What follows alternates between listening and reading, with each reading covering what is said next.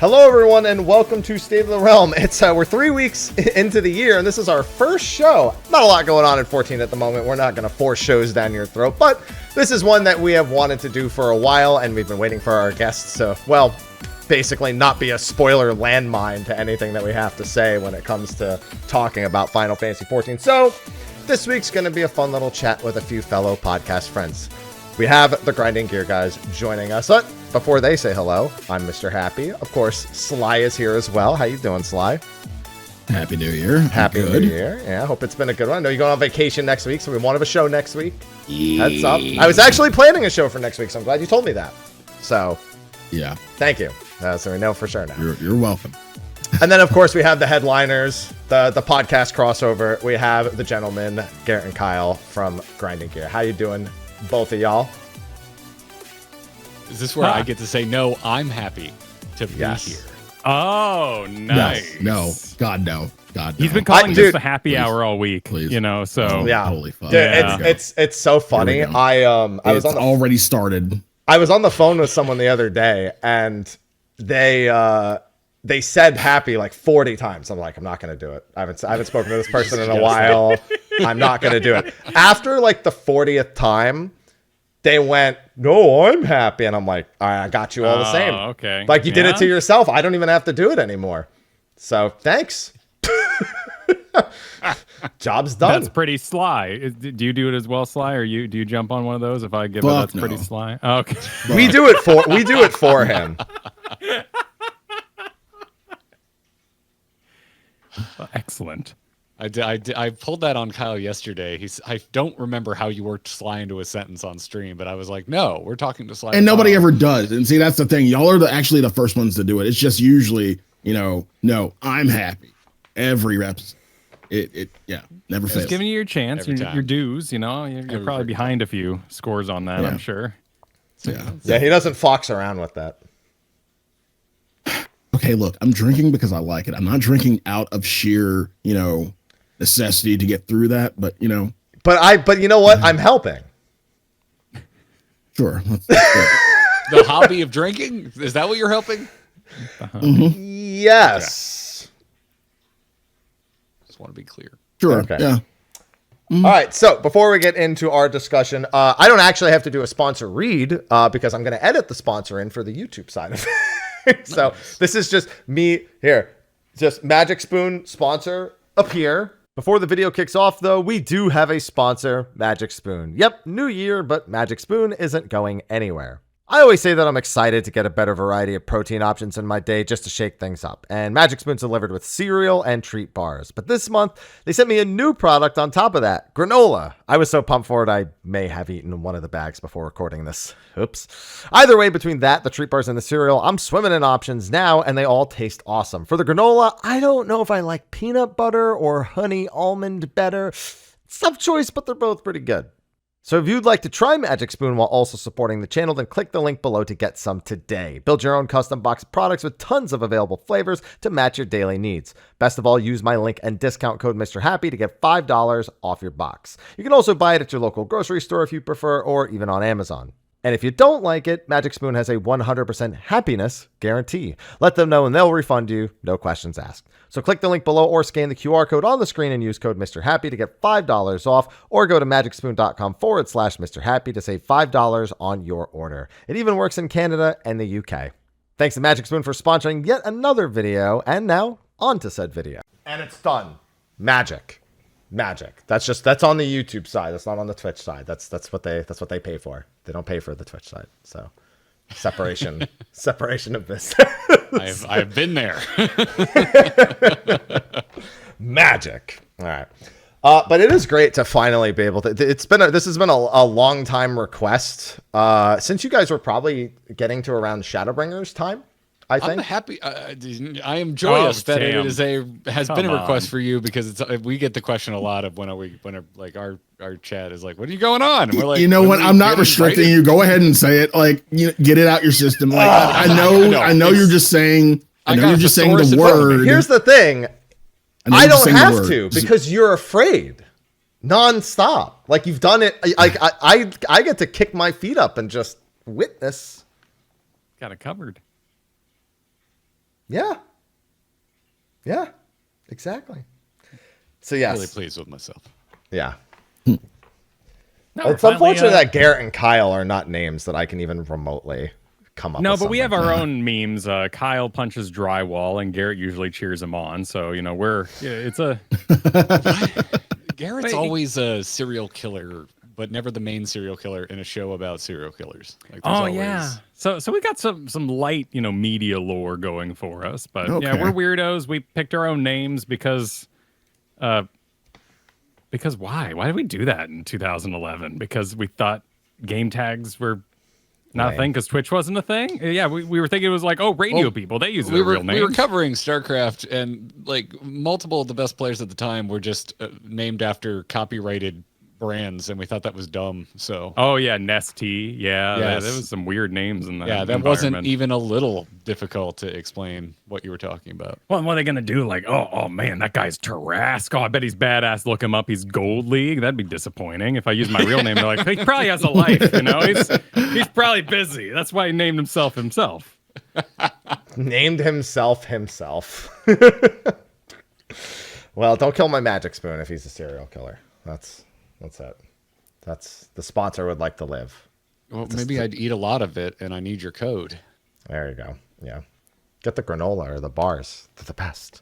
Okay. Man, I think the only thing, like, there's oddities like role quests, Endwalker role quests we haven't done. I haven't done the Dawntrail ones. Yeah, the Dawntrail role quests, haven't done those, but I think we're pretty good. Oh, we haven't done Alliance or Chaotic Raid. We haven't done that yet. Yeah, I mean, that's a boss from like 10 years ago. I don't really know what I could even bring up in regards to that. I don't. Yeah, well, once you get past extremes, I don't care about accidentally saying mechanics, because I'm like, I'm gonna tune into Race the World first anyway most of the time, and yeah, it's fine. Did you do that for Chaotic? Did you actually tune in and watch anything? No, God, no, because it was Christmas and I have a family. That was weird. Yeah, that was. You only need 5 minutes away from the family, see what's going on. You just pop it on your phone and be like, I got to go to the bathroom. No, yeah, no, we didn't tune into any of that. And whatever happened on Thanksgiving, we didn't tune into that either. Ultimate, yeah.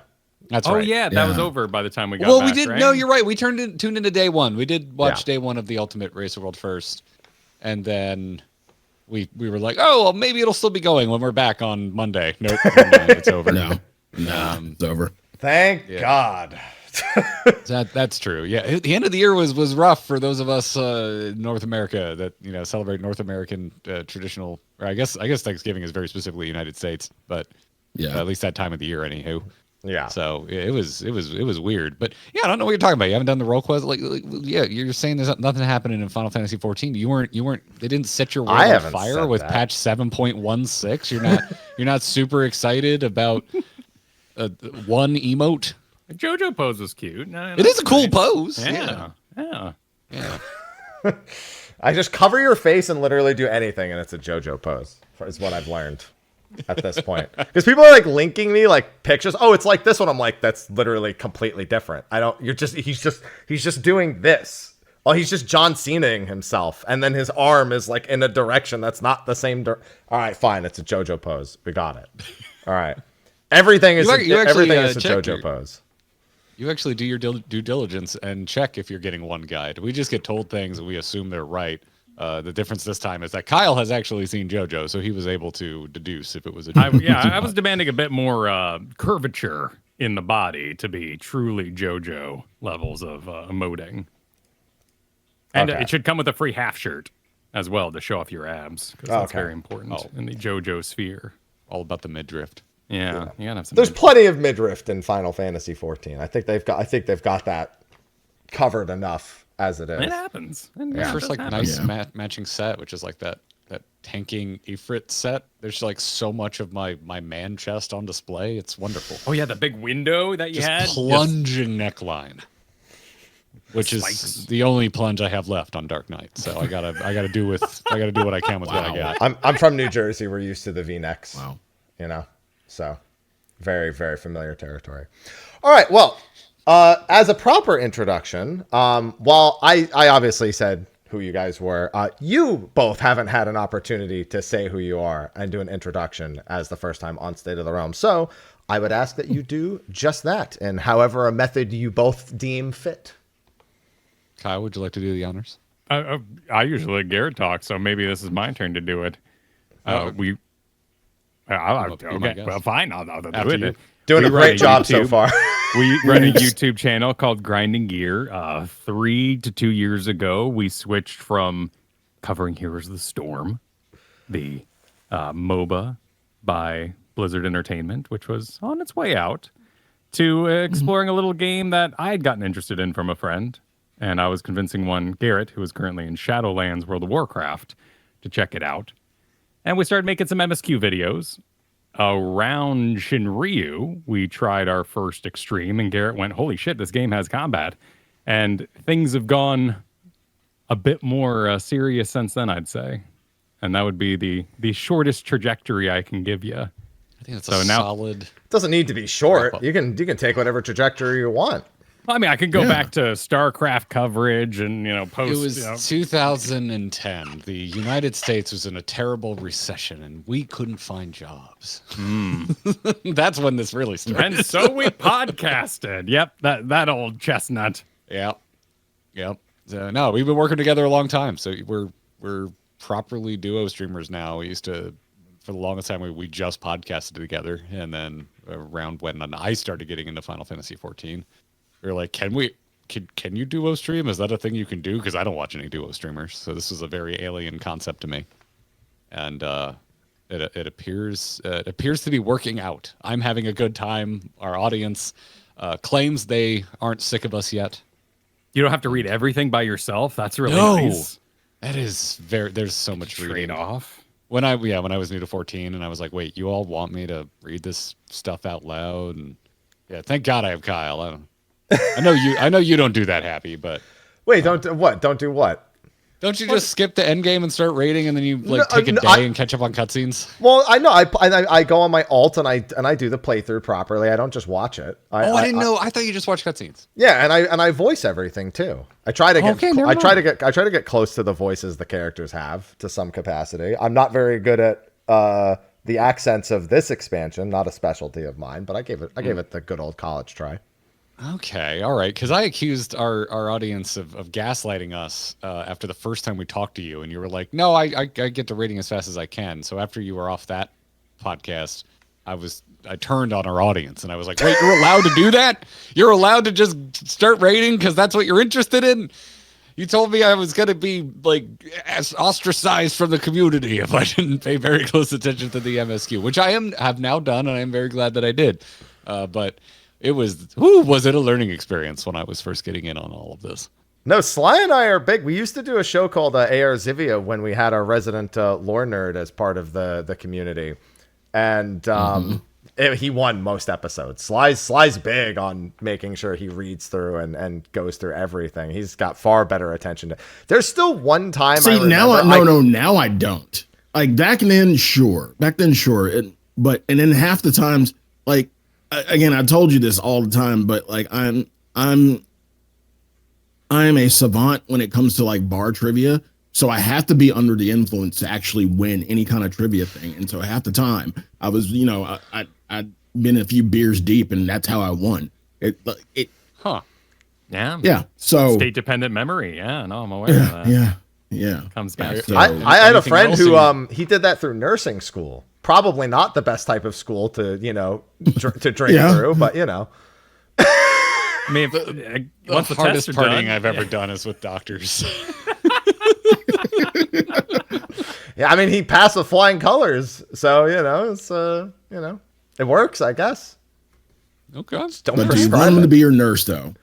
I don't know, dude. The last time I interacted with a nurse, it was some dude I had a dislocated arm, and some guy walked in. I'm not even convinced he really worked there. He said, "Bam, let's do this." Popped it in the socket and just walked out. I honestly don't even believe he worked there. He was in and out in like just walking down 20 seconds. I've always wanted to do this. Check it out, and goes in, busts it out. Well done. I guess the other thing is we love the battle content this expansion. So that's awesome. Like in terms of catch up and where mentally we are, battle content's freaking sick in Dawntrail.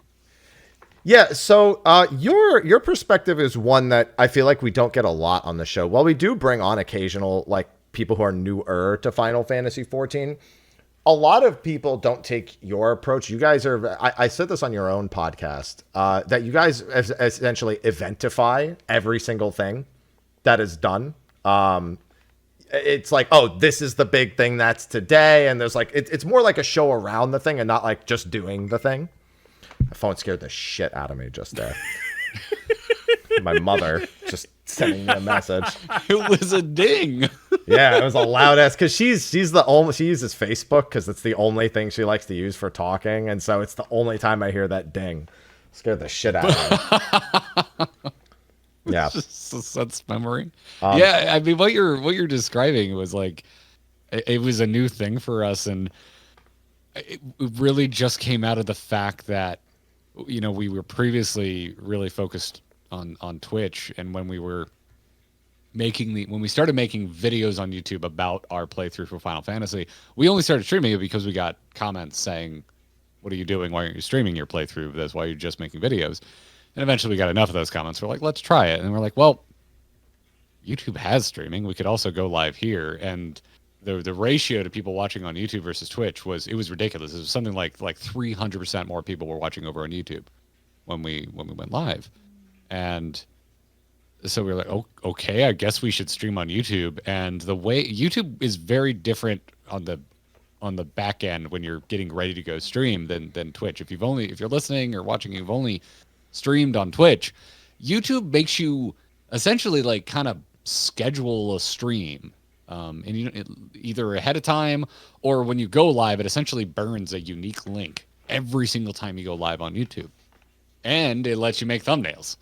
So just by virtue of that existing and like having to name the stream, I mean, I guess you name your stream on Twitch as well, but by virtue of all of that, we were like, all right, well, we like making ridiculous thumbnails, might as well make them for the stream too. And that, I think, just kind of led us to thinking ahead of, well, what's the main event of whatever it is we're going to do? Usually we do a couple of things within any given stream, but we always try and think about what's the main reason, how can we not lie to the audience? What's the main reason they're probably tuning in and we're going to make good on? Which is why right now, because we're doing Savage for the first time, none of the titles are clearing M3S. It's heading into M3S because we can't promise we're going to clear it. Right. Though so far, sure you can. We're 2 for 2 for one knighting M1S and M2S. So yeah, I'm feeling a little cocky at the moment. Sure, rightfully so. It's funny because you went into a new extreme before going into an old Savage, so I wonder how much the overlap is, because I have a hard time judging the difficulty of extreme. I just say extreme and the first two Savages are kind of the same nowadays. Like they're very equatable to each other. Yeah, and we haven't done the first two extremes for Dawntrail. We jumped straight into the third extreme when it came out at the launch of 7.1, because really this is how far sometimes our strategy for content goes. We just had a conversation of what can we do now that we actually are caught up for 7.1 that we were never able to do before. Because it was our first time ever being on content for the drop of a patch, at least in terms of like the MSQ and our level, at least in our main jobs within the game. And we're like, well, no one's going to want to watch MSQ because spoilers. And then it's like, well, I don't think we're ready to rip Savage, and that's not new for 7.1 anyway. And we're just like, well, we like extremes, and there's a new extreme. Can we just jump to the third extreme even though we didn't do the first two? Sure, why not? And so we were like, well, you know what's a brand new experience that we've never had before is actually doing an extreme truly blind. Like, day one, as soon as we can when nobody except Happy has cleared it and there's no guides out yet. And that's what we did. And it was a really good time. It also led to it being like 3 days until we could clear that extreme. Because we don't have a static, so we just pull. We do like the passcode locked party finder. Yeah, and we just drop that in our Discord. So it's a pool, but there's a lot of people in the Discord now, so it's still a pretty big pool. And yeah, so we put together a random group, and it took us 3 days, which compared to our first experience with Savage is that's a lot longer. So I look back on that.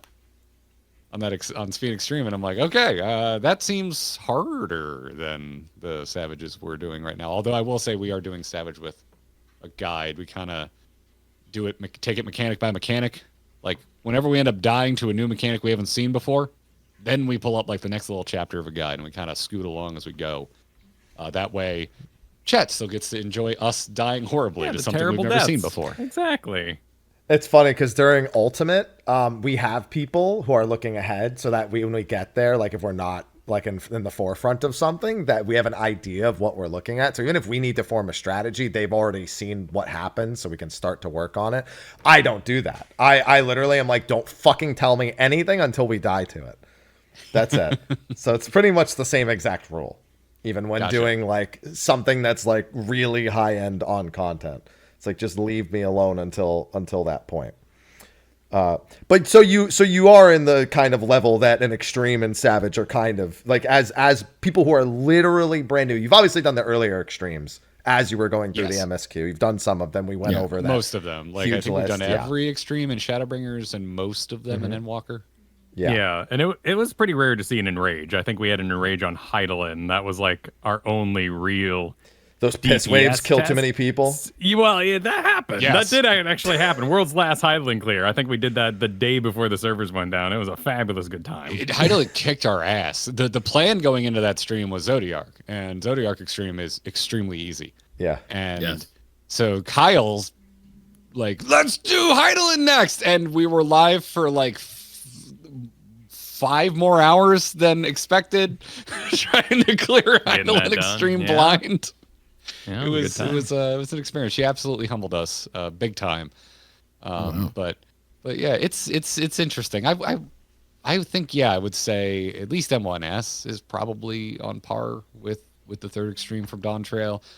I personally find Honeybee easier than Black Cat when it comes to Savage, but I could see if we went in blind. When things go bad on Honeybee, they go very bad extremely quickly. Oh yeah, they do. Yeah, it probably would have been harder if we were doing it like completely blind with like no help at all. B is for better not fuck it up. Yeah. Yeah. Honeybee suffers from the problem that like quite a few fights suffer from, which is people. So if he's right. You get to a certain point, and people happen, then your run is pretty much fucked. Well, I'm people. Mario Kart. Yes, Mario Kart. Mario Kart. Mario Kart sucks too. Yeah. That's usually the most yelling. There's a wonderful little clip of Kyle from Mario Karting where he's trying to dodge incoming wasps. And it's scary. So because you've done it, there's a couple of really funny things about Honeybee. There was a brief moment where people considered the simp strat, where you stick a tank with their invuln in the middle of the room during the spinning hearts, and they just eat every heart so they're simped the entire time. Like they're just like doing the little dance thing, and it gives her the stack, but nobody else has to do it. Oh. There was like a brief consideration of simp strat for. Are you talking about just the spiral hearts? Spiral hearts. Just catch every heart. Yeah, they just catch all the hearts that they can and just remove them all from the field so that nobody else could possibly be simped doing all the other mechanics. That's kind of awesome. That's really cool. Like it gives her a damage stack and heals her, but you how many damage stacks though? Only one, because while you're simped, you can't be re-simped. So during the duration of the simp, you can't. You can't experience a second simpening. That's awesome. Yeah. You should probably do it on someone with less damage, like Red Mage. But yeah, that's really no, cool. they would die. A Red Mage would die. They would eat shit and die. What do you mean less than the tank? What do you mean? Listen, Red Mage is it has its place. Red Mage is doing a lot better than it seems in some places now. Just not compared to Pictomancer. Compared to the melees. All right. They're melee. Okay. I gotta give them some credit because I've seen some juiced out Red Mages as of late. And also the bees doing the dive bombs where they just fire out nonstop. People tried to figure out a system for it, and none of it's failed. Every time somebody thinks they've gamed the system, they're just like, "Oh, I figured this doesn't work like that." No. The baiting thing seemed okay. The what? The baiting thing, like kind of the box in the big strat pile. That's what I was gonna say. Was there was a contingent in our chat that was like, you should do the box strat, and we're doing re-clear, and some of the folks we cleared it with the week before were still in there, and I'm like, oh well, all right, half of this group already has a strat in their head because it's what we used last week to clear. I don't really want to bring this in, and then we actually took the time to watch it, and I'm like, yeah, no, this looks wonderful if you have a static. But if you're running with a different crew every week, that box strat can kick rocks. It looks like a nightmare. There's no way to consist. Everyone swears by a strat. None of them work. It's random. There's not like every week we did a different strat just so we could meme about doing it. They'd be like, oh yeah, no, this is the one. Yeah, no, easy. We'd be like, all right, we put 4 people here, 4 people here. Rotate this way, go back, all stack together, run this way, all stack together, run this way, go directly north to south. All nonsense because none of it matters. Yeah, that's fun though. That's cool. Can't break every week for my static. It got worse. It consistently got worse. Well, basically because we had to pug one person because we were always missing one person from our static. So usually, every week we would, all right, everyone goes the same way, and the one random person would always fuck off the other way. And we thought that was like shooting us in the foot. Like, no, it's just random. We just came to Jesus that it was random, and we took the hits as they were whenever people had to take hits. Very interested to see how your M3 ends up going. We're doing it not too long after we wrap the podcast today. We're doing it tonight. It's today. So everyone watching, when I'm done today, you have the options. You have Sly and the boys here, suffering in different ways. Oh, what are you? What are you doing tonight, Sly? Yeah, what's your suffering? My suffering's hardly any suffering. I'm just finishing Dynasty Warriors. Oh, okay. Well, I mean, Lubu could be suffering depending on how much of an asshole. Oh, he was yesterday. Fuck that shit. Fuck him with no lubrication whatsoever. God damn, that fight fucking no lubrication. Why? Just why? Come on, that one was easy. You should have seen that. Is it okay if I bring my podcast soundboard? Because I got for that. There you go. Yeah, there you go. There you go. Yeah, I mean, it's a joint show. Bring it on. There are no rules here. The rule is don't get canceled. That's the general rule. Hot takes allowed. Don't get canceled. Yeah. That's what we'll keep it to at this point. But you guys have had like I said, you've had a very different trajectory from a lot of the other people who have come into 14 and built.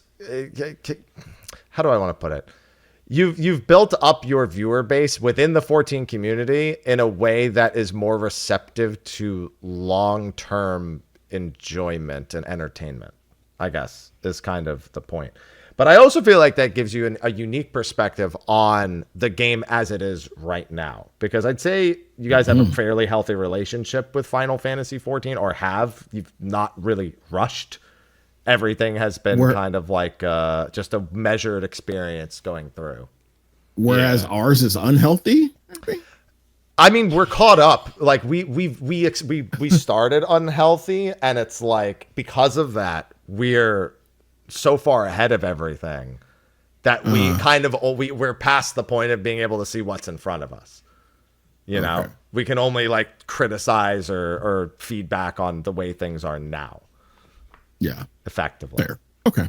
Versus somebody who might be new coming into 14 and hearing from us, fresh face, someone who's fresh face coming in, and then they hear from us what it's like, and it's like, well, that's not really the whole story, right? Like that's just like the I've been there, done that, you know. Back in my day. Back in my day. Yeah. So so you're describing you would bill yourselves as old men on porches yelling at clouds. Yeah. Yeah. Okay. Yeah, pretty much. Gotcha. All right. Yoshi P, fix the blacklist. He never gave me my damn tackle box. Mm-hmm. Yeah, I mean, how do I don't know. I don't know how most people go through it. I haven't like fully become an emotional vampire myself. I was tuning into like some folks playthroughs as we were getting really close to done. Like, folks like that are like more directly involved with 14, like voice actors and folks like Amanda, who actually sings in the game.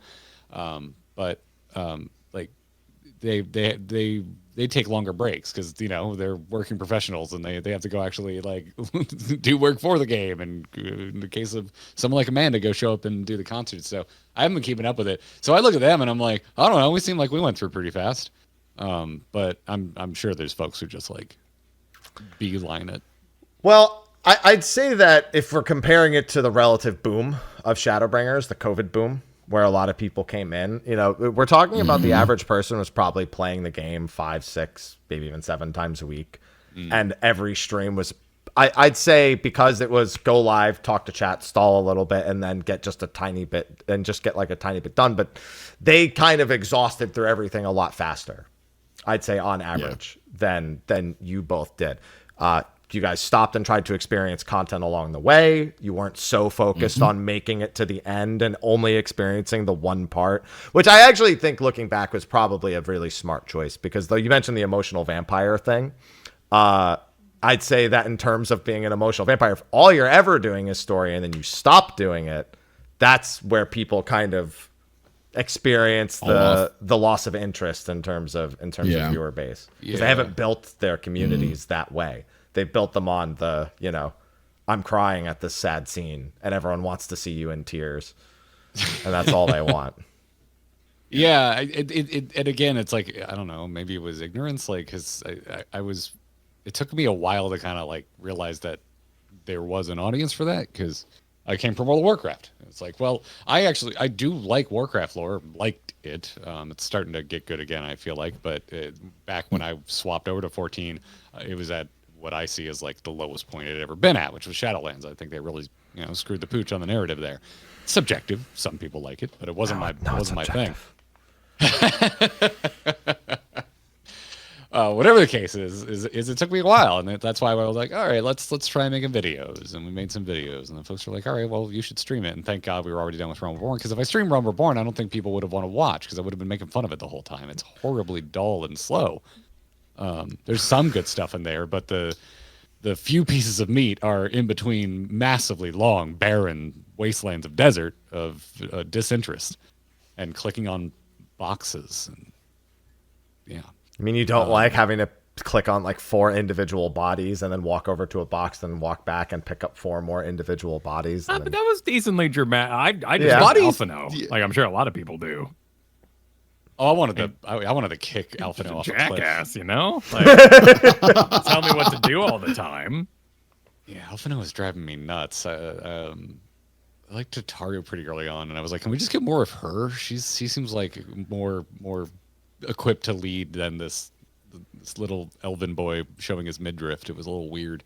But that's one way to describe Alphino, I guess. Like, that character goes on a hell of a like a really good journey, and I really started warming up to him in Heaven's Ward. But I don't know. Part of it was ignorance. Part of it was like the other things we're interested in that we don't get to like chew on in content creation. It kind of worked out. Like, I really like talking about narrative, but I've never really had a chance to do it. I've been on a couple like movie podcasts in the past, but it wasn't the main thing that I was doing. It wasn't a regular part of my content creation diet.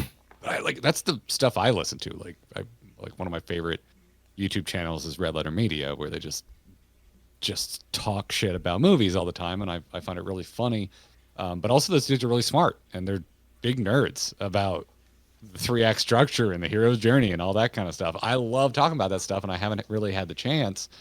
And so even though it's not something I was doing in my coverage of things like StarCraft, Warcraft, Hearthstone, Heroes of the Storm, just a lot of those don't even have narrative to speak of. It didn't mean I wasn't interested, and I think 14 just kind of lined up nice for that. And then for the new folks that were finding us through it, if they were surprised when we were taking a shine to battle content, that's when I was like, oh yeah, no, this was what I thought I was coming to this game for. And no, like when during the boom, and I think we were even late to the boom. I feel like, oh yeah, we started playing like, I don't know, 2 weeks before Endwalker released. Like I remember having to fight through those ridiculous queues so that I could go play Realm Reborn. I'm so sorry, everybody that was trying to log in during Endwalker. But yeah, it was. You're not playing Endwalker right now? Get out. You're undeserving. Yeah. You can't take up a login space. But during that boom, like no one was selling the game on its battle content. Everybody was just talking about how good the story was, which I get it. Shadowbringers is really good. It came out of it being like, that is one of my favorite video game narrative packages, like just by itself. Like I think it stands really well on its own, and I throw it up there with all of my other favorite narrative video game experiences. It's really freaking good. But that's all anyone was selling the game on, and so that's how I was sold on it. I was like, all right, I like MMOs enough. I'll see if I like the narrative. I did, but when we ended up getting to battle content, I'm like, why aren't more people like extolling the virtues of this? It's wonderful. So, and with that, mixing that, make a thumbnail for YouTube. Plus, I'm a theater major. I'm a dungeon master. I don't want to play every day because I won't have time to paint the mini and light the candles and draw the map. And so like, I love being like, where are we going? Where can I hide at the start of the stream? Can I dress up for today? How do I think I should dress? Should I be an Ironworks person today? And just that kind of theming that went into it. I now find myself on the other side of the MSQ going, well, this is how I like to play these games. I want serious, all heads down, 1 night a week raiding. But every night of the week, it's messy. You're not dressed up properly for it. Everyone's not in the mood all the time. And so that's kind of just how it's continued forward. And it feels great. And it was really cool to see people who was like, I can't possibly raid. I love the MSQ. I'm here for the MSQ, but I'm never going to raid. I don't have time. And then they saw what we were doing. We're like, oh, I can join a community that maybe does something once a week. And because the actual reward systems in the game flow pretty decently. I mean, you get that book. If you don't get anything, you still get a book. If you get something, you get that book.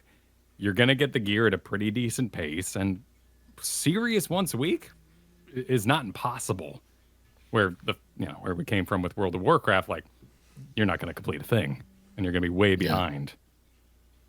Yeah, Sly, you raided once a week for a good long time. I mean, you pretty much went to strictly raiding once a week, maybe twice on some cases. Yeah, that was what, Endwalker? Yeah, that was Endwalker. Yeah. Because, like, because I was so busy playing other shit, I only had once a week. And, we were the got shit to do raid.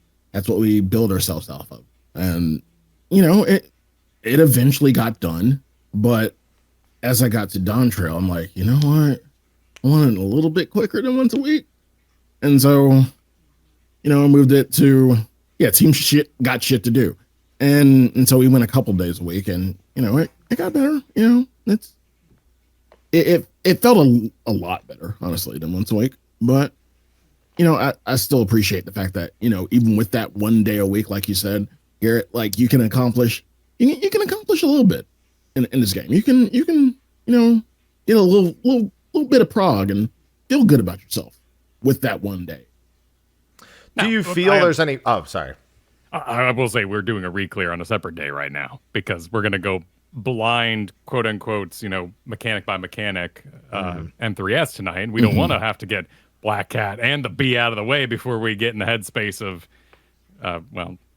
his giant display. Have you experienced the thing that is meme runs in your re-clears? Like, because your re-clears aren't always going to be re-clear.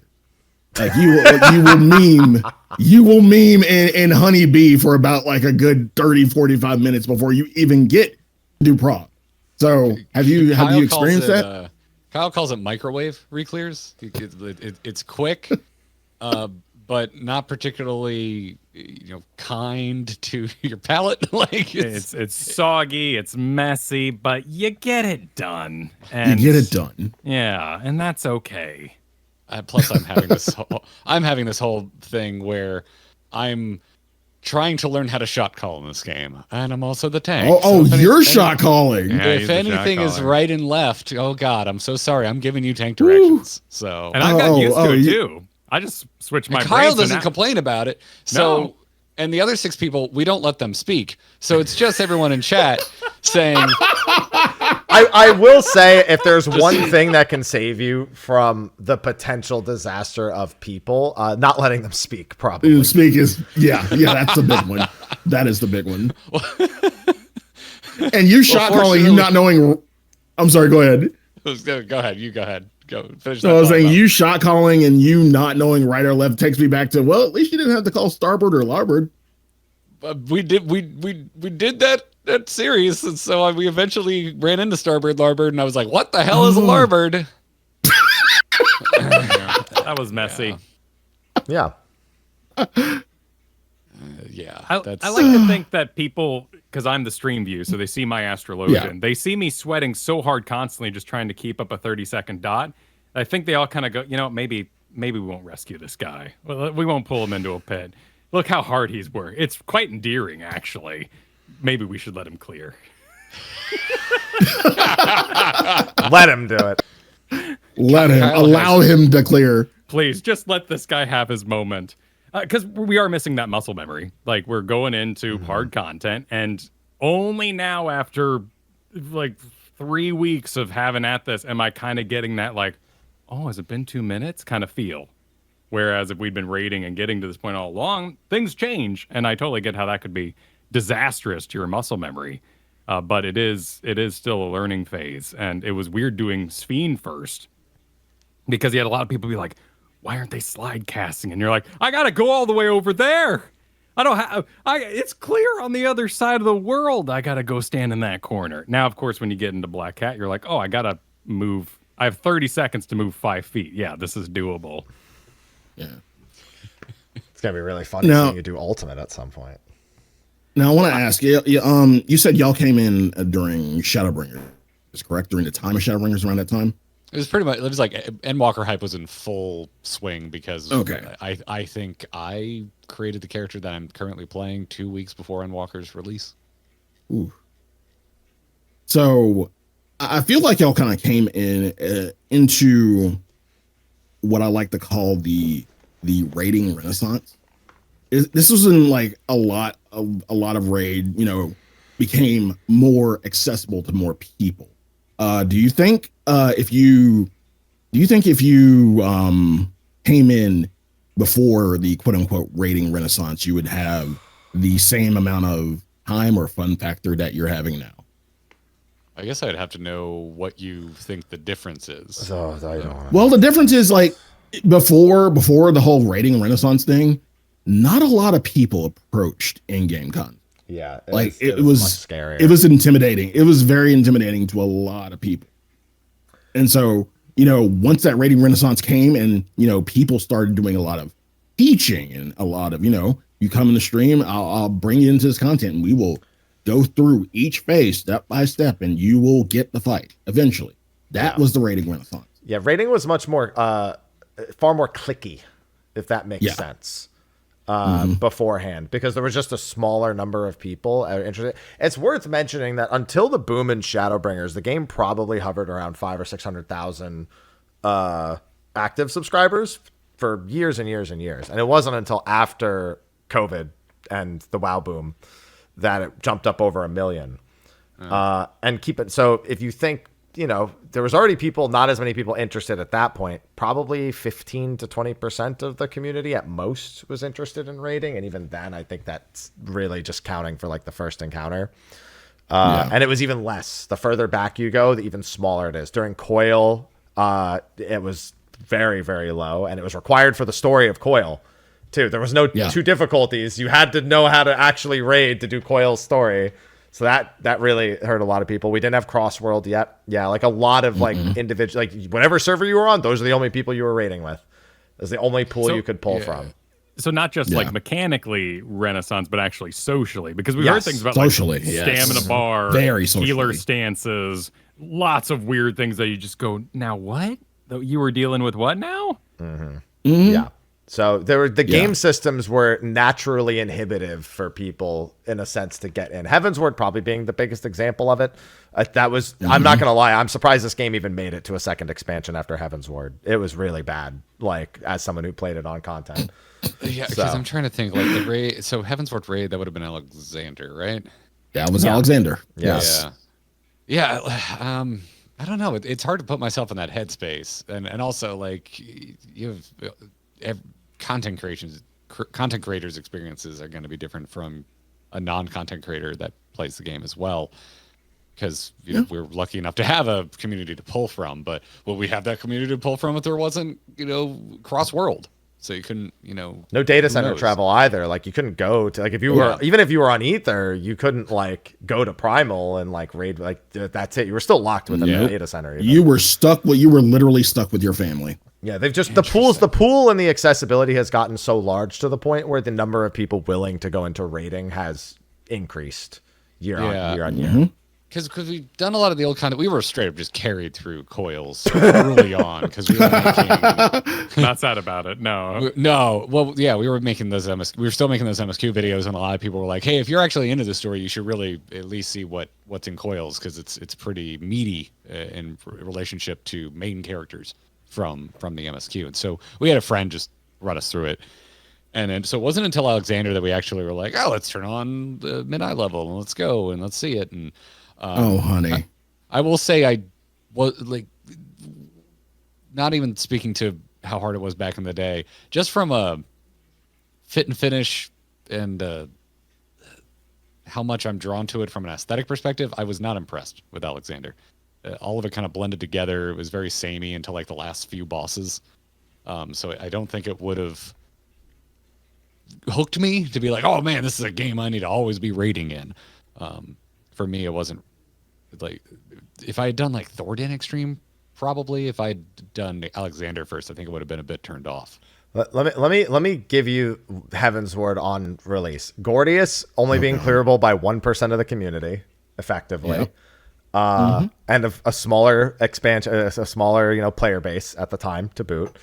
Then in 3.1, they released Diadem, which was reworked twice, and effectively the original version was deleted from the game because it was so bad. And Thordan, and that's all they added. Oh, and a relic weapon that nobody liked grinding because it was a terrible experience. Oh, that relic weapon required you to do up to like 670 like Alexander normal runs. Holy crap! Wow. That's a freaking grind. Yeah. So Thordan was the only content some people got for like 11 months, basically.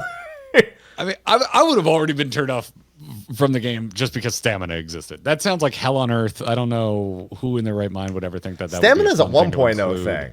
Stamina was. I mean, there's. TP. I thought it was still in post. There was TP. Are you talking about TP? TP is basically stamina. Yeah. Well, sort of. I mean, it was a mix. It was either physical weapon skills or sprint. Yeah. That's the kind of thing that would really irk me about the game. Like I probably wouldn't have gotten far enough to even think about raiding because that would have annoyed me. Oh, and if you didn't have any TP, you begged the ninja to goad you. Shut up. I was a ninja, to be clear. So so he got like please goad me, please goad. I'm shocked this game even made it to Stormblood after Heavensward. Heavensward was the best example of them like looking at people saying things and being like, yeah, we need to fix some shit.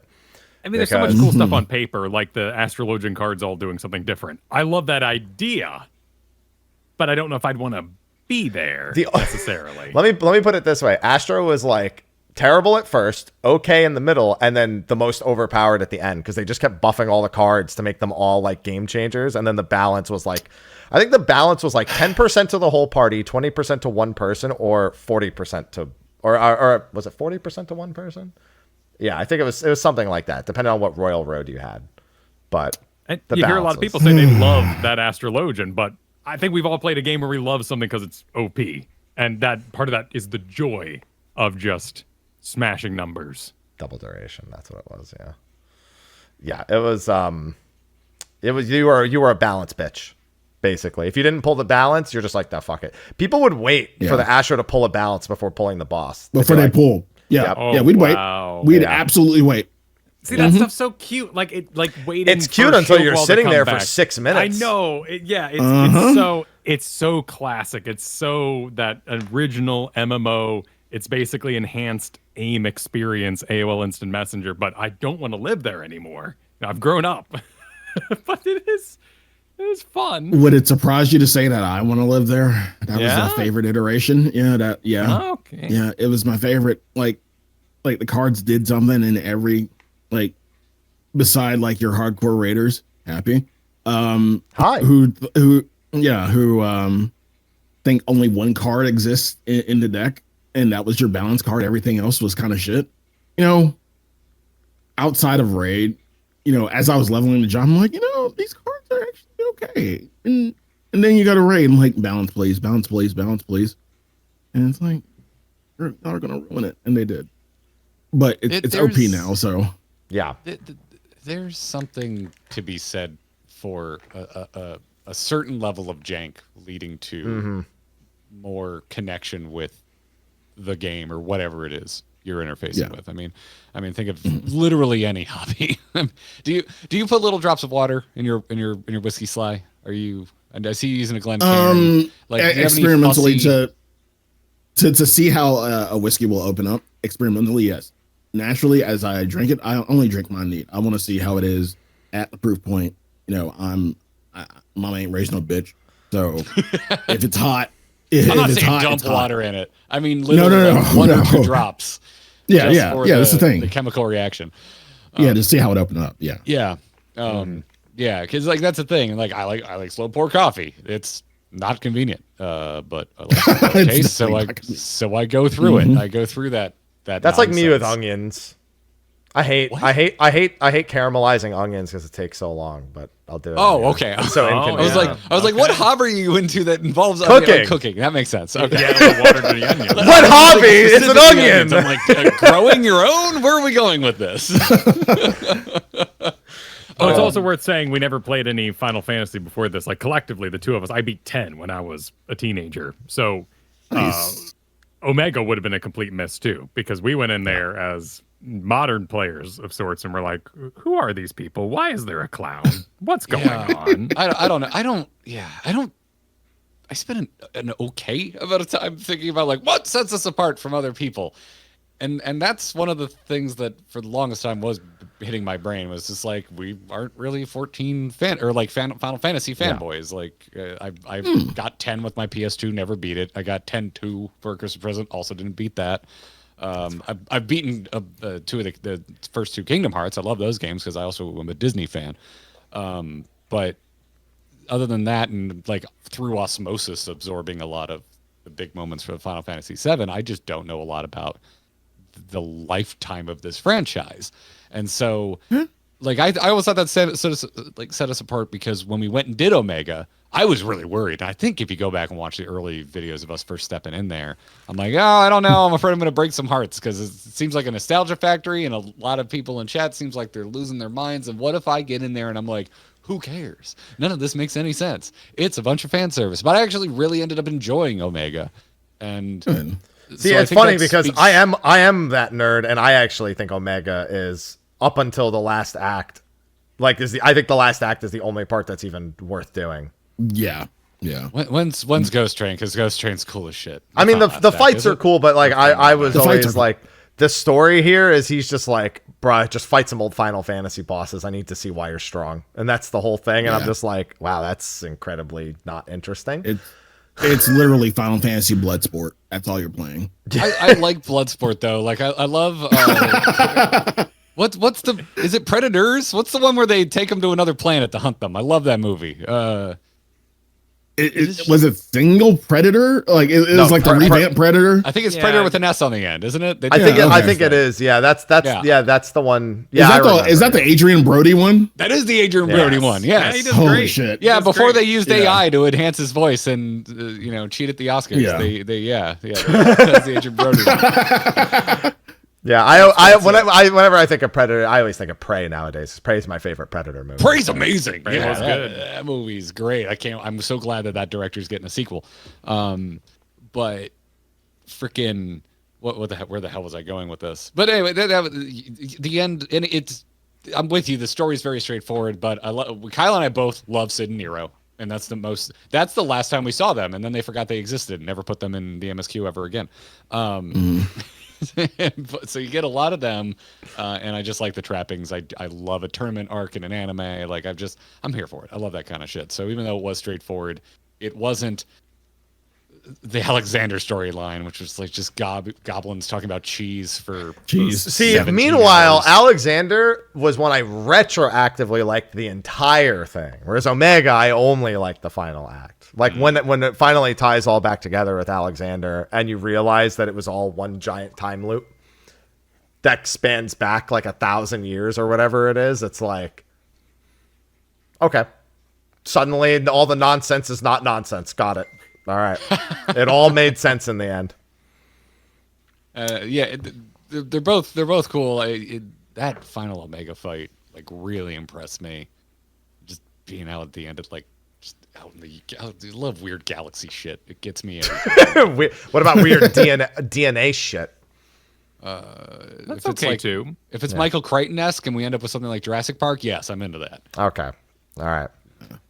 Yeah, if it's 7.1, it's okay. Yeah. Joss Whedon? Weird DNA shit? Is that what you said, Sly? What did you say? No, I was like, yeah, what are you talking about? Eden or Eden. I'm talking about a few things. There's this I was referring somewhat to Omega. But also to Pandemonium. Oh yeah. Oh, Pandemonium goes hard. Yeah, Pandemonium's great. Those bosses look fun as hell. I'm very excited to go back to it and do it on an eye level for Savage. Yeah. Oh yeah, no, there's a couple stinkers in there, but most of them, to me, it's an overall well done raid as a whole. You got to do 12 fights. They can't all be winners. Yeah, that's true. I mean, Thordan was what really endeared me to the game just as a spectacle, but I love the triad. Like that was really fun. The music was nothing I'd ever heard in a Final Fantasy ever or an MMO ever. Like I was just completely talking about Fiend for the most part. Yeah, exactly. Yeah. That's the one that I heard that and I went, now shut up. I got to play this game. What is this? Because I love Power Man 5000. Just that one song. I don't know anything else he did. I don't know anything else they ever will do. But true story. They went on a crusade against Square for that song. They said that it was blatant plagiarism. Yeah, and I love that story. Soken goes, I don't even know who you are. I don't even know who you are. I don't even think about you. And I don't think about you at all. They dropped it, they got owned. And they walked away, but it really impressed me. And I thought the fights, I love big guy. Like I'm, if you fall off backwards and then you become big, it's so done. But I love it. Now I really just want to check monthly listeners on Spotify for Power Man 5000 versus Fiend. Soken. Oh yeah, see how it goes up against each other. Power Man 5000 has 1,022,000 monthly listeners. Soken has. Come on, Soken, don't let me down. Oh, Power Man 5000 beats Soken by quite a bit. I'm not surprised, really. Yeah. It's a shame. I can't remember the last time I even thought about Power Man 5000. I don't think people even think about it though. They just throw on playlists where Power Man kind of gets thrown in. Soken, I feel like people have to go to use, and I feel like most Final Fantasy people, they don't even use Spotify for Soken music. They either watch a YouTube video, somebody doing the fight, or they buy the album. Yeah. Or they actually have the albums on there. Well, you're forgetting folks that put on wrestling soundtracks, which is going to help his numbers. Yeah. There you go. Yeah. Because he did just release a Kenny Omega song. Kenny Omega song for, Dynasty, And the music's a little too bombastic to like put on for a D&D game in the background. You're going to have, Yeah. You have to curate. Some shit's going to have to be going on. Exactly. Yeah. Because, you might get like the Shadowbringers intro and there's a lot going on there, but then you might get like a really somber piano tune. And if you're in the middle of battle, you're going to be like, well, this doesn't work. You have to really curate. Well, depending on who's at your table, you might have the Lord of the Rings effect of like, oh, the Hobbit music. Oh, and everyone just stops playing. Everyone starts talking about Hobbit. And I mean, what if any of Endwalker comes on while you're sitting at the table? Game's over. Everyone just starts talking. Well, everyone besides you that I would play tabletop with would be like, what is this? Because so few people in my real life have played this game. Now, quick side tangent. I know you said y'all weren't really too familiar with Final Fantasy. Were there any other JRPGs that you were familiar with outside of Final Fantasy? OG Pokemon. Yeah, lots of that. Pokemon Red. It was like the first game I ever broke 40 hours in back in the day. Also, it was like one of the, other than Zelda, one of the few games I had that even tracked your time played. But yeah, I've probably beaten Pokemon Red more than any other game. Like, I've just played it over and over. I couldn't tell you a single Pokemon after Mew. I got nothing on 152 and forward, but I played the crap out of it back then. And then some. If I could find a Dragon Ball Z emulator, I played it, and so I played. There's a couple turn-based DBZ games that only came out in Japan for the Super NES that I played in Japanese. Had no idea what it was saying, but went all the way through them because I was a big DBZ. Final Bout 22, and I remember all of them. I had those too. So I was familiar with the genre, but didn't really grow up with it outside of Pokemon. Well, and the franchise loyalty thing was kind of foreign to me. I mean, obviously, we came from the Blizzard sphere where you played you had the Blizzard launcher, and you got every Blizzard game that ever came out because, that was just kind of the trajectory of the company. But I played Skies of Arcadia and Grandia 2. Thought they were amazing. Let's fucking go! But never was like, oh, I'm a Trails fan now. And I never went back to Grandia 1. Like, I played these as one-offs, loved them, and just never really thought to explore the franchise. I played one Mana game, and it was the one on the Game Boy, Secrets of Mana, I think it was called. It was rough. It was kind of weird. It was like a off-brand Zelda. And what's funny about Secrets of Mana? It's technically off-brand Final Fantasy. There you go. Yeah. Forget what Grandia series 2. Was it? Was it Final Fantasy? I always forget because Mana is one, and then the other franchise is the other one. One is Final Fantasy Adventure, and one is Final Fantasy Legends, and I always get them mixed up. Children of Mana DS was the one I played. That was not a good introduction to that particular sphere of world building. No, I wouldn't say it was. Yeah, but Grandia 2, goated. One of my favorite Dreamcast good. Games. I loved it. Amazing bosses, like just a ridiculous. Oh God, premise. yes, love it. Oh, children. Yeah, fun with that. But a big thing. So it sounds like your entire experience has just been generally a positive one. You've taken the time to really explore a lot of aspects of the game to, actually grow and get involved with people, which, as you can tell with Sly and I, sometimes a scary prospect. Fuck people. Oh, yeah, I would say easily like the most negative things we've experienced are like individual weirdos on the internet. Yeah, right. Like the game itself. Wait. You haven't done PF? No. They don't do PF. Oh, good. They just pull from their communities. Yeah. Good. Keep it that way. It's a weird, like, I love solo queue games, like PvP games. I loved in MOBAs, whether it was Dota or Heroes of the Storm. I thought it was really fun in Overwatch and shooters. Like the aspect of like, who's bad on my team, who's great on my team, who's bad on the enemy team. But like the party finder thing, where you're just fighting this computer that wants you to do the exact dance that it knows how to do, and it will kill you if you don't. It sounds insane to me. Entertaining, maybe, for the factor, because it is an MMO, right? Like, you can't get in this game and be like, but people suck. Oh, you think? You think? Have you not seen the short where I get Amazon delivery to fucking bomb? Oh no, actually, you shouldn't have watched that. No, you can't watch that. Yeah, you can't watch that till you actually do that fight. So yeah, let's just say I've had my fair share of assassinations and funny experiences. Okay. I did a Rubicante where somebody was wearing their like a Realm Reborn relic weapon. They forgot to take it off before we came in, and so they were just like 20,000 less health and doing like a fifth of the damage of everyone else. Yeah. So yeah, people fucking suck. That was funny. That person didn't make a single mistake. It was an honest accident forgetting to change their equipment. But sometimes things happen. I'm definitely I'm quick to anger in pickup game environments. Good. I 14 has my experience with 14 up to this point has absolutely lowered my blood pressure. There's something about this game and the fact that I had to start with the MSQ and I had to learn to not just boldface shit talk it, even in moments when I really wasn't digging it. I had to use my words and intelligently critique why it wasn't landing for me. There's something about that experience that has just mellowed me out a bit and made me a little less of a rage case. But it still happens. I'm playing Black Ops 6 right now. A little bit. Why? And because it's really good. Is it? Yes. Call of Duty games they might all be the same, Sly, but that doesn't mean they're not fun. Yeah. The shoot. There used to be quality shooting in games before Fortnite took over, and sometimes I like to go experience quality shooting in games.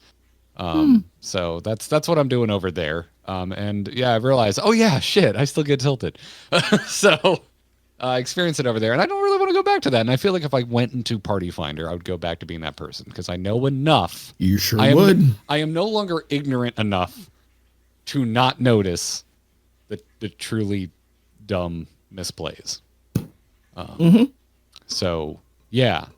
And I like our community, and because of that, I have more patience. And also, I have to because I'm still learning, and I still call tank right when I mean right or left for literally everyone else, and they have that patience for me. So I think for me, I know it's healthier. I absolutely know it's healthier, and I'm just not that interested in Party Finder. Good. And yet, I'm kind of glad it's there because we just talked about this on stream like a day ago, Kyle. We were talking about the Party Finder experience, and we were having a conversation, we were weighing the Party Finder experience versus our experience and things like streamer privilege, but also just putting the time in to go find an FC or go find a static or go find a Discord where you at least have a smaller pool of hopefully like-minded individuals that you can put together and go run something outside of Party Finder. So we had a big talk about that, and then we discussed how do other games deal with it. And I was like, well, in World of Warcraft, they dumb down the difficulty, they call it LFR, and you still get flamed because it's the internet with strangers, and people are rude. So... I was watching somebody doing hardcore WoW, and Baron's chat had people just going ballistic as people in Baron's chat doing. I'm like, aren't you all afraid of dying? How do you have time to shit talk in hardcore?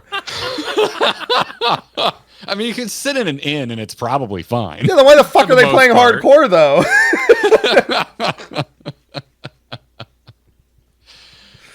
Yeah. So there's that. So I'm like, I don't know.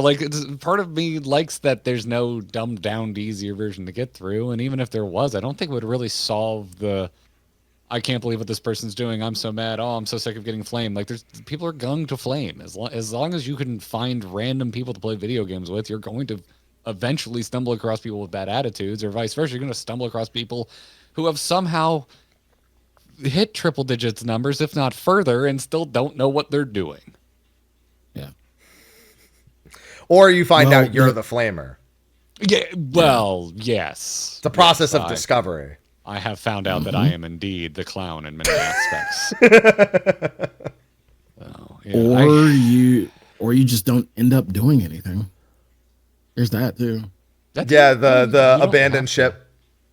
Yeah. You talk about you get into PF, you get into the fight, you talk about a whatever strat you want to, or 5 strats, and nobody can decide on anything, and you just don't do anything, and everybody leaves before you even actually pull anything. I had that happen right before I went to Japan, and I did an interview with Famitsu and 4Gamer, and they asked me about raiding in Endgame, and literally like the week before I joined a PF, 40 minutes to agree on which of the 2 strats they were going to do.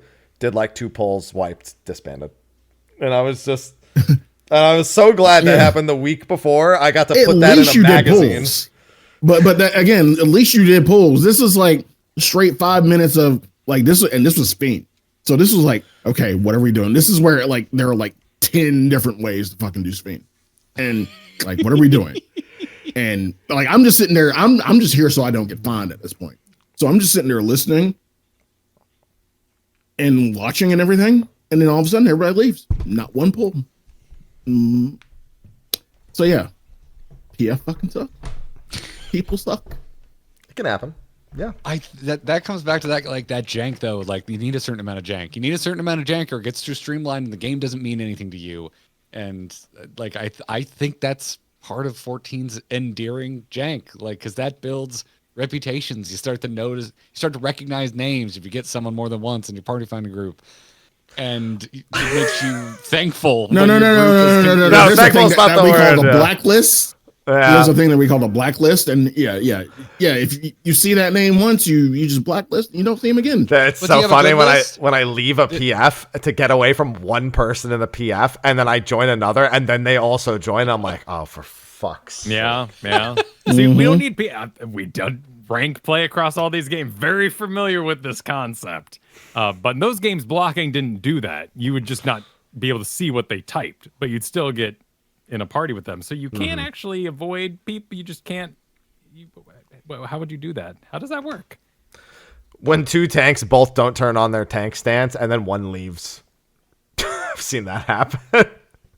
Like, I want to be off tank. No, I want to be off tank. Aren't you glad you have that story to tell on the podcast, though? I mean, let's be honest. All of that happened. That's what I always say. Like, like Final Fantasy 11, I would never want to do that experience again. But I'm glad I have all the bullshit stories I have from Final Fantasy 11 that I can pull from and somewhat wax nostalgic about. I just don't want to do it again. You know, I don't want to experience that exact thing again. Like, God, please, I don't need to go back to being 14-year-old haps. That's that. Can't have it. But there's been a lot of criticism of Dawntrail across a lot of different facets. Some reasonable and level-headed. Some maybe a little too emotionally invested, depending on where you're looking and who you're asking. So I was curious where you guys stand as people who are now, you got to experience a patch on content. Obviously, you haven't been playing for years and years and years to have, exhausted everything else. But where are you at in terms of Dawntrail and how it's entertained you and how it's fulfilled you and your newer player experience with it? Who's going first? Are you talking, Garrett? You looked all pensive. I talked to you as a pair, and I let you figure it out. Yeah, you can go. You can go first, Kyle. Okay. Well, here's Kyle's take on Dawntrail. Oh, I thought you were going to give it for me. Okay, no. I mean, obviously the MSQ had some writing and pacing issues that I think we all just kind of agreed on. And with that sort of out of the way, I've been having a great time. There are people who love certain aspects and didn't like others, and that's just everybody. What I see around from somebody who has played and covered games, and there's a difference too there of like there's streamer privilege, and then there's covering, which is you don't stream, but you are playing this game 24/7, so you can be as big of an expert as you can, and you're writing articles, you're doing coaching, you are on podcasts, you're making videos, trying to help people learn how to play. That burnout is so extreme and is so detrimental to your opinion of everything that comes across your plate. And I see a lot of that right now, and I see a lot of forcible breakups happening where people will find the next thing to grab onto, and then much like buying something on Amazon, and then you'll Google it after you bought it, and to just watch good reviews of the thing you bought because you're like, yeah, I'm a smart person who bought the right thing. That happens on the negative side. You dislike something, you feel kind of bad, you kind of miss that aspect. Maybe you miss rating, maybe it's a free company, some of your friends. And so you find and search out these channels, networks, individuals that share your opinion, and you're allowed to kind of get a healthy reinforcement and maybe call it off good, or you spiral and you keep the negativity going, which has been interesting from our pace, because now that we've been through these, and I'm talking to myself a little bit too, because Garrett, he can just tell his own story. He's played lots of different games, done lots of shows at once, but I was at one time purely one game, 24/7 kind of guy. And that was a very detrimental experience. And I'm not having that. I'm pacing myself well. And to some people, that's a scary thought. Like, pacing, you're cheating the system. You're not doing everything at the trickle that it's coming out to you. But I find I have a very healthy experience with the game. And so a lot of this is, particularly in the new year, seeing this new wave of negative videos is kind of like, whoa, but nothing changed. So where did this new opinion come from of negativity? Why are we still talking about the MSQ? Like, a whole new patch is out. Like, let's move on or play a different part of the game. Or apparently, if you're that angry, play a different game. But yeah, and let me just jump on that real quick before you do. Like, there is that, and it is dismissive. It's a dunk. It's a mic drop of, well, Yoshi P says play other games, and that's frustrating to these people who are upset at the state of the game. They want to talk about it. They want to share their opinions. But also, like, Savage is actually really hard and sweaty. Like, I feel tired at the end of our Thursday. And I need to play other games. I want to go play Rogue Trader and Slay the Spire just so that I don't have to move in time with a dancing boss. I need those other games because I love gaming, but I can't do this 24/7. All right. Garrett? I tend to divide it into like two genres for my take. The MSQ take and then the whole product take. Yeah. And I would say the MSQ, I would file it firmly above it's better than Realm Reborn. And that's all I expected. And I get crap from folks sometimes when they hear that take. The comment I'm hearing in my brain right now is that, like, well, why wouldn't you want it to be better? I'm like, I'd like it to be better, but it's not going to be, because reality, like the arc through Endwalker, like, that's incredible. It is really impressive what they pulled off from a narrative perspective to tell a story from 2.0, essentially 1.0, all the way through to the end of Endwalker. It's a big, huge ending, and it's a problem you see in all sorts of fiction that refuse to stop making new installments. The MCU has had issues. The DCU was nothing but issues until they killed it and restarted it. It like never even really found its footing. And then don't get me started on legacy franchises that we won't let die, like Star Wars and Indiana Jones. Like, these are just things, like, they just keep going. And there's certain points where I just go, okay, well, based on my life experience of enjoying genre, it's very unlikely something will reach the high of Return of the Jedi for me. It's very unlikely something's going to reach the high of Last Crusade for me. I think it's very unlikely that the first installment of whatever they're going to do next in Final Fantasy XIV is going to make me more excited than Endwalker, or for me, I prefer Shadowbringers. I don't think it's, like, I'm not expecting Dawntrail to be better than Shadowbringers. And so my brain just goes, well, if it's better than A Realm Reborn, which is one of the duller experiences narratively I've had with games, then I see it as a win. It's not a huge win, but I also know I was going to play more than the story. This game is more than its story to me. And so I was like, cool. Well, it seems like the raid is like a wrestling vibe. I love that shit. And then you throw it's a wrestling vibe in like this weird future where you're living inside a freaking motherboard. Like, fuck yeah. I want to do that. And then we were doing it, and guess what? The fights don't suck. They're like quite good.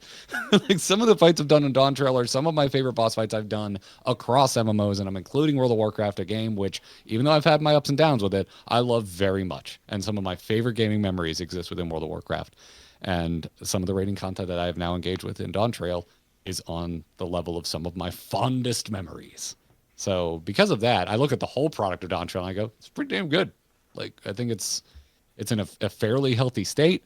We admittedly in 0.1, we are catching up on Savage. So you weigh that as you would, because I think if we weren't doing Savage right now, I'd be like, oh, I'm probably out of stuff to do. Like, we probably would have gone and done Chaotic. We'd probably be slamming Ultimate over and over and over again until we actually clear it. But I wouldn't consider, if I was just doing Ultimate for months on end before clearing it, I wouldn't necessarily consider myself like satiated. I would still want like other things to go and engage with, and I'm not huge on role quests. Retroactively went back and did stuff like Boja and Eureka, and I really like that, but that's not in the game yet. Whereas I do expect like systems like that to be live at launch in something like World of Warcraft, because typically they are with the launch of a new expansion. That's the one thing that seems odd to me. I know it's not expected, but I like why to the folks that they come at me for my MSQ thing saying it's better than Realm Reborn, that's all I really want, and they go, well, why don't you expect better? That's kind of where I come at with, like, even though Eureka wasn't in at the launch of that expansion and Boja wasn't in at the launch of that expansion, it's like, well, is that good? Does it need to be that way? Maybe it shouldn't be that way. And I think it maybe shouldn't be that way. That's a pretty shared sentiment. That's fair. Yeah. Most people have criticized that effectively raiders have gotten all the content this expansion thus far. And I'm guess I'm a raider now because I'm doing Savage. Happy, Sly, can I claim being a raider now? If you just said if I wasn't doing Savage, I wouldn't have anything to do. So yes. Yeah, you answered your own question. Yes. Okay, cool. Yeah. Cool. Because I agree with that. Like, as someone who likes doing the raid content, I agree. Like, yeah, I'm eating well, but it doesn't seem like my for lack of a better word, casual, like that's a whole thing. That's a whole sub discussion of like, oh yeah, no, that's every day, and you're an omnicrafter. Like, yeah, maybe you could call that casual content, but you're not a casual player. You're locked the hell in. I like to describe casual versus hardcore as the amount of time you are willing to commit to achieve an activity versus the amount of time the activity is designed to extract from you. Yeah. That's I like to, it's time related, not like time and dedication more than skill, I suppose. Yeah. Like, you guys raid once a week and you're going through Savage. Some people call Savage hardcore. Is it really hardcore if you're only doing it once a week? I think it respects my damn time. Like, I'm down with it. Like, and I don't know, and it's a lot of things. I think it helps achieve a good gaming diet. I think from a streaming standpoint, it keeps the streams varied enough that people want to tune in because we're not doing the same thing every damn day. And that's kind of what I wanted to get into next, because because primarily the things both of you have mentioned have been mainly the MSQ and the combat and the raids. I kind of like to build Final Fantasy 14 as a theme park MMO. There's something for everybody. So outside of MSQ and raids, has there been any content that you've interacted with that you've liked or necessarily disliked, I guess? Can I throw it out to you, Kyle? Or I mean, there's lots that I do, but it's not always the most effective, like dressing up for hours and hours and going to the Eorzean glam thing and being like, is there such a thing as a striped shirt? And then being like, where can I get this striped shirt? And then pursuing that line of thought, or working on ults. Like, I play on keyboard for healing, but I play a samurai on controller. And that's such a wildly different experience that when I go do a leveling roulette, I feel very satisfied in my variety that I performed. But only just today I learned that your gear, when it gets to 100% spirit bond, makes a little baby materia, and you can take it out of its Poké Center, and the item the item doesn't like you anymore. It stops liking you, and so you have to regrind its like for you. And I guess that's content, but that's just freaking weird. That's your description of it may make it sound weirder than it is. I don't know. Armor shitting crystals based on a percentage filling up is freaking weird. I'm sorry. It's weird. I figure if like Y'shtola showed up, she would be like, now, the memories of the item have grown too congested. It's like an R2-D2 situation. We have to wipe its memory so that it can. So we're going to extract a piety crystal from your necklace to make sure it functions correctly in future battle. But no one of all the weird shit this game has like cornered me and been like, you listen now. This is how we play Triple Triad in our universe. This is how you meld. Nobody told me about my gear making babies. It couldn't just be like an accrual of ether from fighting and then extracting it in physical. It has to be a baby from a Poke Center. That could be. You then re-impregnate it by fighting more. Kill me. What are you like raising eggs?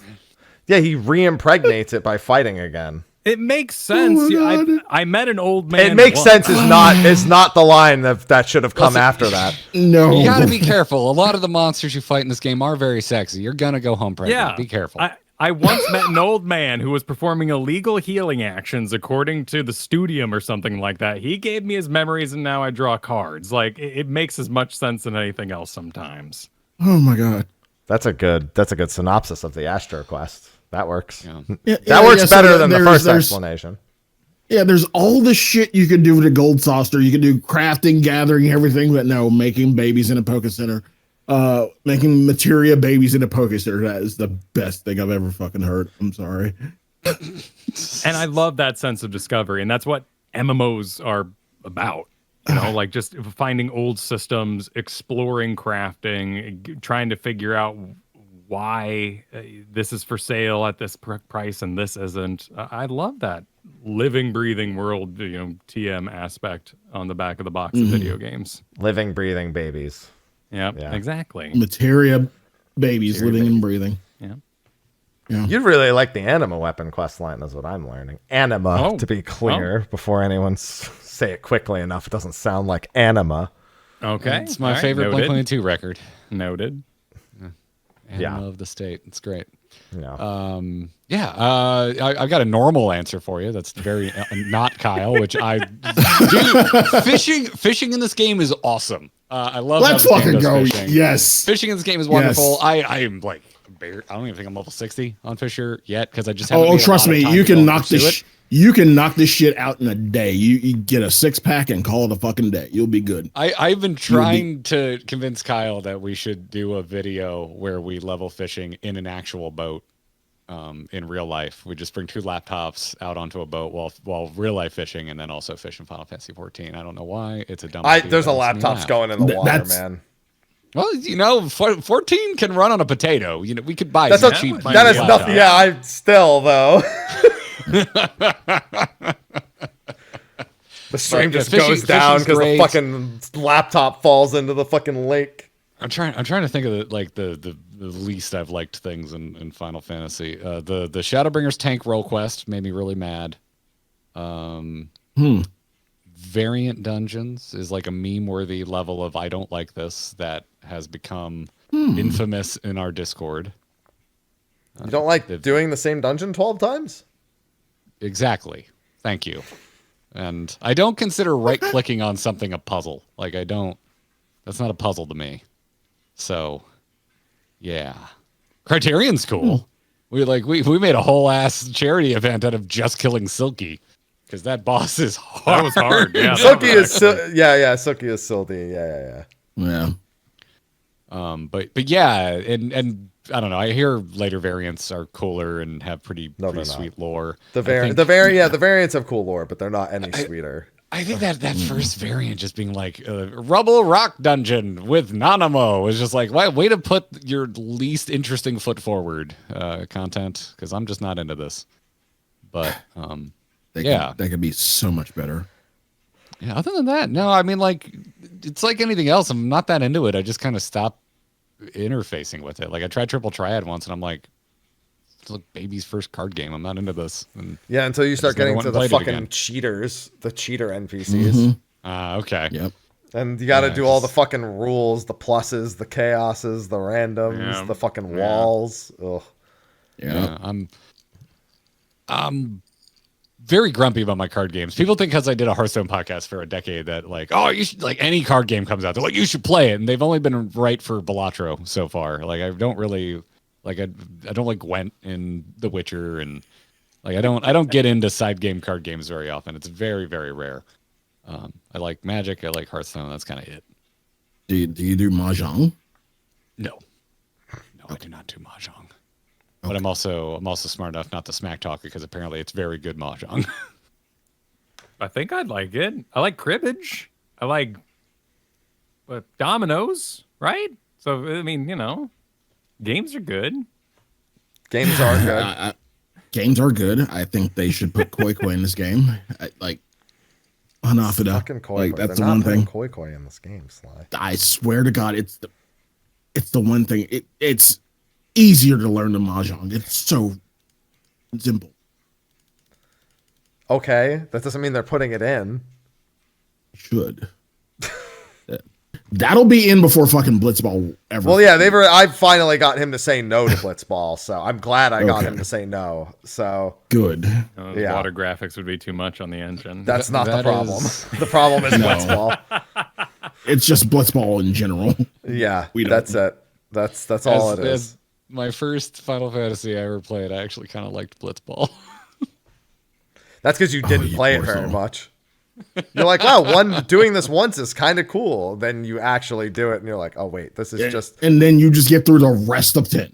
They should do it. They should do it like a one-off trial for like a crossover event, kind of like how they had like the real-time dodge system in the 16 event. Like, just do some kind of real-time, trying to score, trying to block system. For Blitzball is not real-time though. Then people would say it's not loyal. Blitzball's turn-based. But you could make it cool. But you don't have to. But then the people would complain that it's not like the original. It's not what they love. People complain about things all the time, and I think they're wrong. This is no different. I don't want to pass a ball in an MMO. I did Serpentine Caverns in BC, and that was a nightmare. I know exactly what you're talking about. Oh, yep. Pass the fucking ball. Fucking hated that thing. Yep.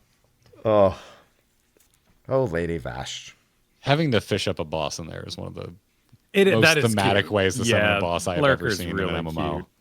Yeah, that's some cool stuff. But it seems like you're not totally like against the kind of feedback the game has been getting. It seems like you guys are more so, if anything, the way it's being presented as like the be all end all whenever you see the more overly negative things.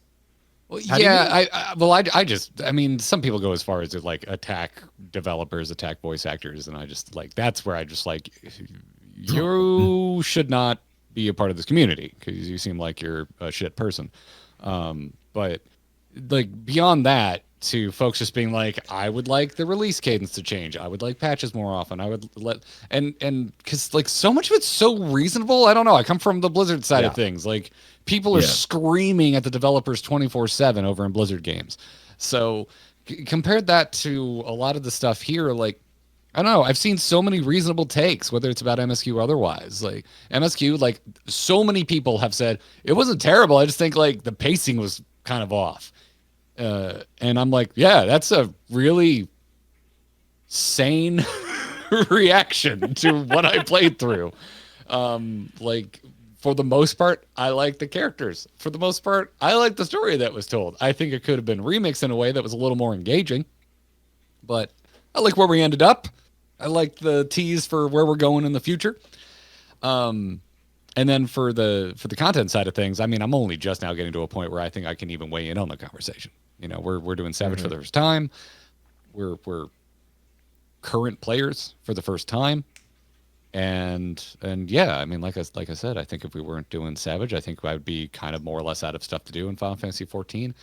And I know even in this conversation, I said, maybe if it like makes you that angry, maybe you could play another game. And I know it gets thrown around a lot in a kind of dismissive way, usually with a Yoshi P quote attached to it.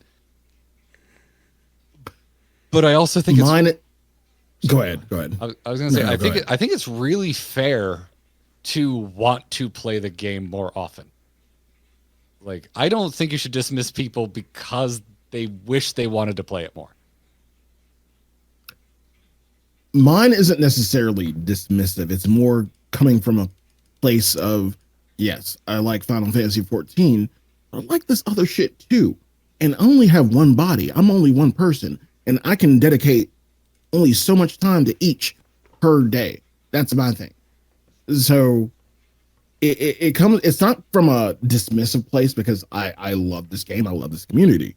It's more of, yeah, you can do what you want to do. You know, it's kind of like that. It's like we're, you know, end of February, Wilds. Everybody is going to be on Wilds. And perhaps, if I'm not mistaken, around February, March is when we possibly get new content, or is it April? So April 1st or 8th would be Savage, and March 25th or April 1st would be 7.2. Okay, so that's around a month after Wilds, which are like, you know, the honeymoon will be over and like people are kind of waiting for new content for Wilds. Okay, right. Good. So it's like where I'm coming from, I'm kind of sequestering my time with each of my loves, you know, Final Fantasy, Wilds, whatever the hell else is coming out this year or beyond, I guess.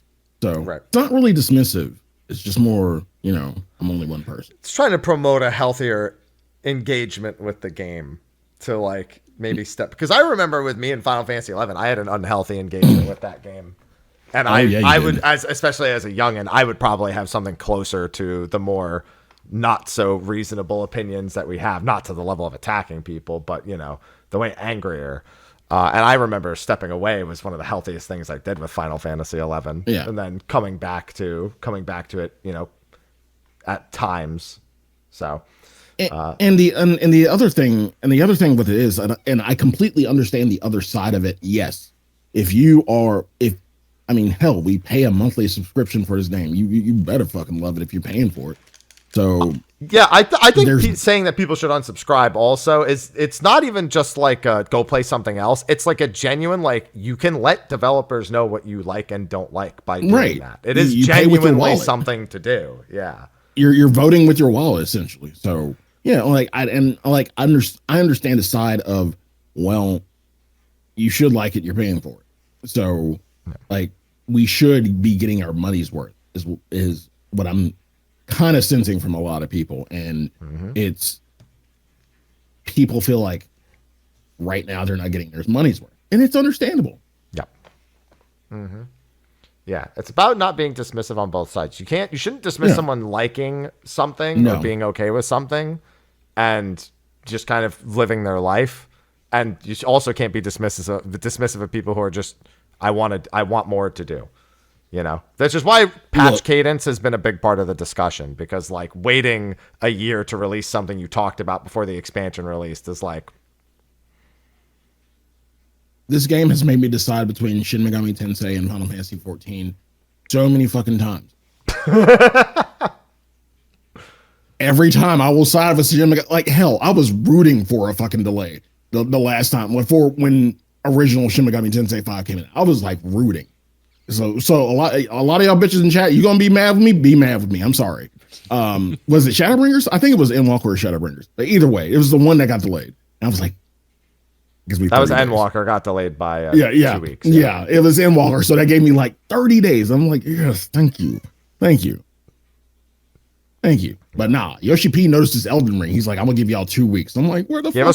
He only gave us one. Only one. Oh, he gave you one. I'm sorry. Well, he gave you one. You know. Yeah, it was only a DLC. It was a DLC, and he gave y'all 1 week. I'm like, who the fuck am I? Like, I asked for that for fucking like it happened inadvertently for Shin Megami Tensei, but like, bruh, Tensei, okay, fine. I'll choose. I will choose. Yeah. Some people do point to the housing system as one reason why, even if they're bored and they feel like unsubscribing, they might not. I have to ask, how important is it really? That it has no, there's no like value attached to it or anything. How important really is the house? If you don't want to play the game the house is in at any given time.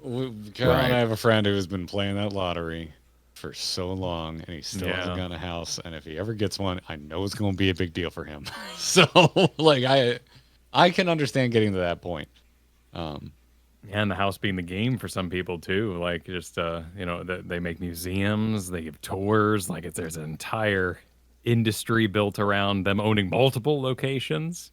It's surprising the focus on individual parts of this game, including people who come by on a triple triad map, and you go, "Whoa, really?" Yeah. But maybe someday. Yeah, some people just want to own a house for the sake of owning a house. They don't even do anything with it. They get the house and they're like, "I don't have fucking time to do anything." It was the carrot on the stick. So American, right? You're right. Yeah. Yeah. I would assume those people probably don't worry about their sublapsing and losing that house. No, they probably do, No. because they just wanted to prove they could get one. I actually entered the lottery once just to see if I could win one, only to see if I could win one. Like, I wasn't gonna pass it because there's a rule against that. Like, I would have been like, fine, I'll take the house. Only 2 people, me and one other person, lost it. Never tried again. I was like, fuck it. If I can't win a 50-50, I'm not winning anything at all. I don't give a shit. It didn't matter to me in the first place. I mean, and that's an interesting like question that everyone has to answer for themselves, right? Because in a ranked game, you will have rank decay. A game will slowly degrade your rank if you aren't actively playing. And if you buy into that, which, you know, when I was younger, it was very easy to be like, this rank is who I am, particularly for my content, you will go insane. Yeah. I guess I'm someone who's not materialistic at all. So if something doesn't matter to me, it's easy for me to just be like, I don't need it. So like a house, I don't care how many times I enter the lottery. If I didn't want to play, I wouldn't care about the house going, you know? It's hard for me to justify like, well, clearly I need to spend. My ex still pays for her house. She has not played in 7 years. And she still has her house and logs in to keep the house. I don't understand that in any capacity whatsoever. I can't relate to that. Living, breathing world, you know? Like, that's so joyous. Like, that, it's insane. But it's also, like, it's just joyous, all the different and what people do with their houses, what they do with the small, how they break the system to make it less small. It's a fascinating aspect. It's gotten better from where housing was years ago. That's better is not good. To be clear, better is not good. It's not good. It's like I said, it's gotten better. But again, like the housing market in general is horrible. I will always say that. I will always laugh at like when they say we're making improvements, meaning they're adding like 5 more wards, and that's the improvement. But in terms of like, you know, what you can do with the house, like that's gotten a bit better. I will say that. Oh yeah, what you can do with the house is obviously they've supported it long enough where, you know, you see some crazy shit. Crazy stuff. And it's not like they don't support the system that's there. It's just the system that what they're building on, everyone just wishes wasn't the way that it is. More so that you need to keep the subscription and that there's a limited amount of the housing, et cetera, et cetera. Because here's the funny thing. What if they fix it, right? What if they make it so that there is no time limit ever? Which, to be fair, demolition's turned off so frequently, it might as fucking well not be. I swear, like 8 months out of the year, demolition is turned off anyway. Yeah. And there's like a window. Yeah. And then let's say they make it so everyone can have a house, no time limit.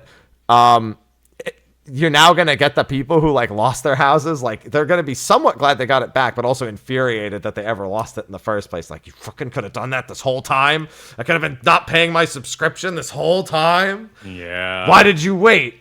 That'd be a massive customer service nightmare. Yeah. To be fair, they should still do it, but you know, I'm just saying.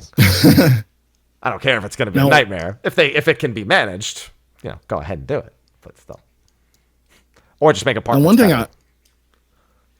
I did want to ask, seeing how we are really big on community in this game, have the both of you interacted with community content in the game? Like, have you gone to like an in community event, like done, like a, I don't know, a glamour contest, or have you gone to a venue? Or have you? Yeah. We went to LunarCon our first year playing this game. Yeah, LunarCon. Oh yeah, LunarCon. Yeah. RFC, which is now AetherCon, but yeah. RFC runs bands or parties pretty regularly. Oh, really? Too, so that's pretty cool to see, like getting to see the bands show up and play concerts and be a part of that. And some are like a fascinating, like, I had no hand in this. Let me dance for a bit. Yeah, our FC officers, they put in work. And so your FC runs a venue, basically, is what you're saying? Like they open it up. Our designer does amazing work. The FC house is redesigned drastically and regularly. They do like a flea market once a year where the whole house gets completely redesigned to look like a market. They do like a big Halloween event, a big Christmas event. They got the Valentine's dance coming up. And every time, like, the whole place gets redone, and it's incredible. And yeah, I try and make those, and the few I've gone to have just been like mind blown at the effort that goes into it. And I'm never not horribly charmed by in-game bard bands. Like what you can do with macros in this game is very impressive. Mm-hmm. Yeah, people have reverse engineered a lot of songs into Final Fantasy 14, even though they're not supposed to. They sure have. They do it anyway. Yep. I think it was the first flea market RFC put on. I showed up and immediately did, like, the band that was there just started playing essentially my iPod on shuffle. It was just a bunch of like pop punk, and I'm like, oh my god, this is awesome. It was really, really touching. Have you been to a like DJ venue yet? You're trying to get them to come to yours. I see. No, I'm not. I'm not. No, yeah, it's fine. It's fine. You can just go ahead. No, it's fine. I'm literally once a month. Like, there are venues. There are venues that are open. Like, I mean, that's still, once a month. That's still quite the production. Yeah. Yeah. We have to be different because like a lot of venues are like every weekend, and like I can't compete with. And I'm too fucking busy. I've seen what has gone to a weekly venue, and bro, I'd die. I'd literally die. I couldn't do it. So that's why we said once a month, and that's what it is. Like, if you come. Like, you are more than welcome to. Name of your sex tape. Just once a month. Huh? Said title of your sex tape. Sorry, I've been watching a lot of Brooklyn Nine-Nine, so. Thank you so much. There you go. Yeah. Thank you. Garrett. If you come, you come. Title of your sex tape. Oh, we got it. There we go. Oh my god. Is this your first time watching Brooklyn Nine-Nine? Not to tangent. No. When the first time I saw the Zooey Deschanel one with New Girl, where they did the crossover episode, okay, I was like, I've never seen Brooklyn Nine-Nine, and now I really want to watch. And now it's just I'm rewatching it again. It's a wonderful TV comedy. Yeah, my fridge is full of yogurt right now. Yeah, but yeah, I don't know about you, Kyle. I know I've been to a couple clubs. Again, like, I know it's either gone now, but when I went, it was LunarCon. I don't even remember how I knew where to go or where I ended up or how I got there. But yeah, it was. Damn, you know what? Okay, all right. This game, the biggest upgrade to this game could be showing more damn players when that many people are in an area. Oh god, yes. Jesus, yeah, it would literally fry your GPU, but yeah, sure. I don't care. Figure it out. We say this all the time. Like when I talk about like, oh man, the glam system and organization and inventory in this game is just kind of terrible. Yep. Immediately chat goes into, well, they can't do it, spaghetti code. I'm like, I don't care. It's not my job to figure it out. That's their job. It's our job as players to be like, this should be better. So, but yeah, I went to, that was my first nightclub experience. And I mean, yeah, it was awesome. Like, and I did the whole thing. I forget who was DJing. I feel terrible, but I remember like looking up, like, I went to the website. I'm like, all right, which stream should I be tuned into right now for the music for this venue? And it's so cool. That's the kind of shit that goes down in this game. Because again, it's something I've just never experienced as someone to play World of Warcraft, and definitely wasn't happening in any other MMOs I was playing. I don't remember going to raves in SWTOR. Damn, and that's the one with all the pretty lights. Everyone brings their own glow sticks. Exactly. Well, I mean, you got bounty hunters. Yeah, there's a bunch of. I mean, yeah, but what fun is a rave if there's not the occasional like 007 mission going on in the back? You know, this is John Wick. Yep. Yeah. Exactly. Yeah. So that stuff. So how long have you been doing the DJ thing, Sly? Well, this year will probably be year number 7. So nice. Yeah. I kind of did it shortly after I found out about another venue.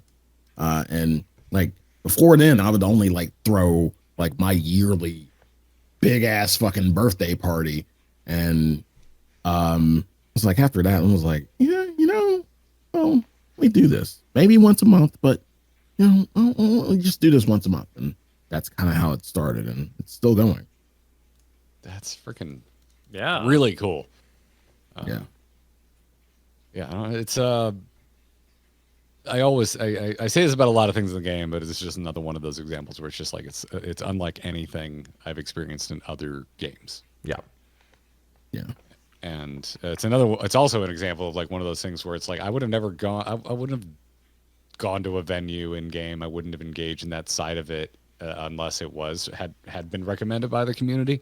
Mm-hmm. And like earlier, Happy, when you asked like, hey, what's some things you engaged with outside of MSQ and rating that you liked, and whether some things you didn't like almost all of it came from community suggestions, because just stuff I don't think about. I would have never gone fishing. Like I don't care about fishing in any MMO. I didn't WoW in the early days because it was I could feed my pet as a hunter for free. That was the only reason. I didn't like doing it. But it's quite fun in this, and I've just had a lot of I've had way more experiences where I've tried something that sounded like I wouldn't like it and ended up liking it than the opposite. It's very rare that I end up not liking some stuff, but we're at that point now where I think that's why we go about the game at the speed that we go, because I had enough experiences of like, you should go do this, you should do it right now, and I ended up being like, it was okay. There's other things where I've taken my time and gotten to it when I feel like doing it. I've really enjoyed it.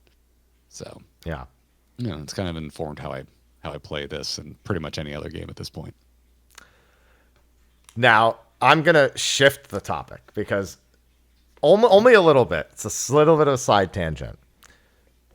While a lot of criticism has been laid on Dawntrail, whether it be patch cadence, story, or any particular aspect that people may find any disdain with, there's been another element at play here that has probably amplified it by some capacity, and that is 14 Mobile.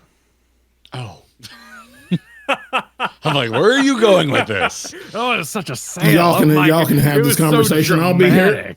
Have you taken any peeks at anything out of curiosity? Yes. All right. Yes, that is something I did look in on over the holiday break. Was like, I'm still confused by it. Okay. By the way, I'm particularly confused by fucking same. Because the first clip they showed of combat, it made it look like you're like loading into like one-on-one versus another mob, semi turn-based style. They do that in benchmarks, and if you watch the other benchmark trailers, it looks a lot like that most of the time. Because then they showed the raid, and it's just like, this is just Final Fantasy 14 on a phone. Like this, you're running around. There's a bunch of other people on screen. You're moving your character around in combat. It's like, oh, you should have led with this, because I was very confused up to this point. Anyway, where are you going with this, Happy? What's your... the quality of life that people... Because the Chinese beta has happened. We have actually seen the game played through level 1 to 50. Crafting, gathering, treasure hunts, Labyrinth of the Ancients, Gold Saucer. All of it has been seen. And it is pretty wild to see what Lightspeed... Reminder, Square Enix is not the developer in any capacity. They only either oversee or approve end products effectively, provide feedback on the product in place. And the things that Lightspeed has done are to some infuriating. infuriating and they like it and they want it in the PC version, or infuriating? No. You have to say retail because I have to say that shit too. Yeah. I have to differentiate between retail and So go ahead and say retail. Yeah, go ahead. All right. Well, yeah. I guess you do buy a copy, and for mobile, we will not be buying a copy. That is correct. It has no gacha either. It does not have gacha in any. So do we know how it's making money? There's the usual, like Fantasias is like one thing. So like Fantasias being in there will be good enough. There's like you can buy extra retainers as well. It's a lot of the same stuff. I think you can only put up a certain number of items on the market board unless you pay for the premium also. Is there a subscription? There's an optional, the freemium. Optional subscription. Okay, all right. So it's like a free-to-play MMO. It is a free-to-play MMO, though. So it's going to be kind of a Star Wars situation where, like, you unlock a bunch of features, suddenly you get the full version. Or I guess Guild Wars kind of has that, too, in a sense. Yeah, Star Wars didn't launch that way. Like, for example, I think you can put up, like, 8 items on the market board unless you pay the premium subscription, and then it goes up to like 16 to 20, and then there's like storage space. Instead of retainers, you like pay for storage space. Like you start with 2 storage, and then you can buy the 3rd, the 4th, the 5th. I don't like what you do in PoE where you pay for stash tabs. Yeah, I mean, it's kind of like buying our retainers. It's just our retainers are also market board spots, for example. Wild. So that's that. But we still don't have the full scope. They've only said they beta tested a few like payment methods, and basically, I think they gave people like some currency to like test the systems to make sure they're working as well. Sure. But you can play through the entire game without ever doing that. There's no like player power locked behind it. It's mostly just things like Fantasias, quality of life, etc., etc. It's like we had it's like if we were free to play and only had the Mog Station, in a sense. Interesting. Yeah. So you're saying that, unbeknownst to us, we're not aware of this at all. This is a huge source of fear for the community that the mobile game is better than the computer game. Yeah. You have the optimists who are like, oh, they're just going to do that in retail in 8.0, and they're fucking crazy. Well, but, I don't think we really fear that the mobile game is going to be better, but it's going to have better quality of life than what. It's frustrating as a retail player, as effectively as a retail player. It's very fucking. Yeah. Earlier, my number one answer for things you don't like should have been keeping my inventory organized. Like it's a plight in this game. There are technical limitations to it. It has its own technical, like everything is a menu, for example. Like you can't like have the game and then like pull up your inventory. When you go into your inventory, it's the whole screen. Like, so there's like little usability things like that with everything. Exactly. And then more of the like interpersonal stuff. I say interpersonal, but like you go and actually speak to a merchant to open up their menu and everything. No, it's just on a menu. Like the merchant is the menu. It like you can pull up every level merchant in a menu, and it still takes up the whole screen. But you also can do it from anywhere. You can spend your tomestones from anywhere. You can spend your gil on the vendors from anywhere. Your fate gemstones from anywhere. The gold saucer has that. I don't think I like that as much. That makes it feel very mobile, where it's just like all of your transactions are but a touch away. It's like, well, I want to play an MMO because I want to be at least somewhat immersed. I want to go travel the world and go to locations and all of that kind of stuff. Yeah. But amongst that, there's a lot of things that people have pointed out that are aggravating. So first of all, some of the job identities as the way they play in mobile, they're not all carbon copies. Great example, Bard is a rhythm game. You have to press the song button while the song is at certain points in its gauge in order to proc an additional song effect. So it's like playing into the song aspects. Yeah. All of the crafters have their own job gauges and all their own actual mini games.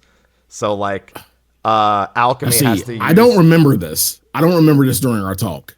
That's because I didn't have any footage of it. I have digged through Billy. I have learned Chinese to find all of it.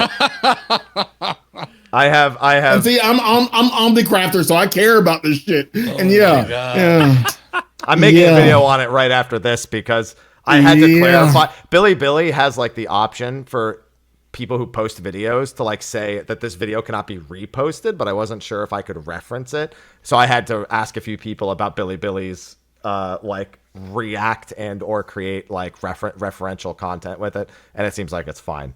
So I had to make sure on that before I started ripping footage off Billy to make it. But yeah, like blacksmith has an anvil, and it has 4 quadrants, and you press one quadrant, that one and the 2 adjacent ones get a value. And then you have skills that like increase certain ones, and then skills that like crit when the values hit like certain minimums, and those all affect the production and the quality. Remember when I said I was drinking just because, you know, I just wanted to drink? See, now it's needed. Yeah. Yeah. So like, and then treasure maps. You guys have done treasure maps, I'd assume, at some point. Yeah. Treasure maps. The map tells you how far away you are from the spot where you're supposed to dig. Oh, fuck you. And when you get to the spot, the dig button just pops up as a button on screen. So there's never any mistaking where your map actually is. Yeah. That's a weird one, because that is a weird one, because people take the image and they go to some website and they put it in there and it tells them where to go, and you have to know that website. So I'm glad you referenced it. I'm so glad you said that, because that's what everybody does. And this is where I'm learning that Kyle Ferguson is the owner of that website. Okay, that's why you're biased. And like the hunts are so insane. And we did those only recently, terribly valuable. We've done them multiple times since, because they're just so good at doing what they do. Right. You can't, as a developer, jump in there and be like, sorry, y'all, no hunts. So, well, what are you, anti-fun? do you hate people? Because this game is made for many, many people. And guess what? We've invented a system to combat your system made of people to defeat it. So all this sounds nice. I've been through no, people like it. Yeah, I mean, that's the problem. That's in their eyes. That's the problem. They're like, oh, they're just going to abandon retail because mobile's going to take over because it does X, Y, and Z with all this. There's also a lot of like technical stuff, like monster AoEs lining up with the AoE disappearing. So it's not like I was still in the circle, but the animation is like 6 months later. And then you get hit by it, even though you're like 8 billion miles away. You've like a fucking light year away. Yeah. Does everyone agree on that though? Because every time Kyle and I bring up like maybe we could get rid of snapshot, people are like, you could never do that. No, so here's here's the thing. You can, but it's simply you guys haven't seen some of the use your words. Well, the problem is I'm trying to navigate it in such a way that I don't spoil where it's coming from. We actually have seen some animations in Dawntrail that match the disappearance of the AoE. So that's really all that's happening. Is if the boss actually did their animation if their animation matched the end of the cast bar, no one would complain, because then there wouldn't be snapshot.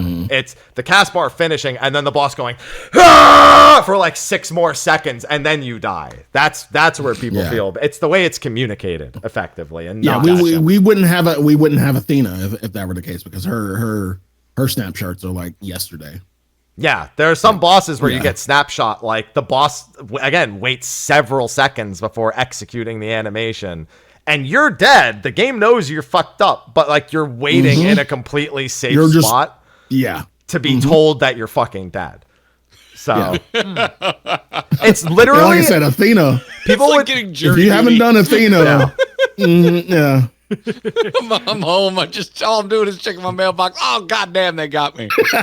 Yeah, like if the animation lined up with the AoE ending, most people wouldn't be like it. That's really would fix the whole thing, because it's that. I mean, that's just, what you're describing. Yeah, that's just think about the animations differently. And how to apply them and all that kind of a thing. That's different. That's like we have some recent fights that do it. We actually do. There are some recent fights that actually do line up the animation. Be right back. I'm smelling burning. That's not good. I would go check. No, that shouldn't. Yeah. And I don't fully understand PvP, but I know they're making a lot of changes there in order to constantly make the animations match more of a counterplay system of, I know they're casting that, so I'm going to pop this. And that's great for a PvP environment to have that kind of. Maybe PvP's on its own server that is able to upgrade in that way with less players than something like an alliance raid. Yeah, it really does come down to lining up the animation with what's happening. Fire averted. You good? My wave turned on the heat and it hasn't been running in years. Oh, so. It's the dusty. Yeah. Dusty. It's burning. Dustiness. Yeah. All right. Just like, classic. Oh boy. Okay, what's going on? So I'm gathering some interesting data from this conversation, but haven't played it myself, but I'm also mature enough and I've played enough games to not say never. Like I have a Steam Deck now, and I do touchscreen for some of my games. I'm like, well, this feels nice. This is I like that actually. Yeah, the stuff you've like, other than better animation timing on the end of a marker going up from a boss, everything else you talked about, I feel like kind of comes down to personal preference on whether it's better or not. Like, I don't want to play with the touchscreen. Not the treasure map thing for Sly, apparently. I don't want to click on the screen really for a tab targeting MMO. I don't really want to do that either. So, like that's cool for Dancer. That personally sounds terrible to me. I wouldn't want to do that.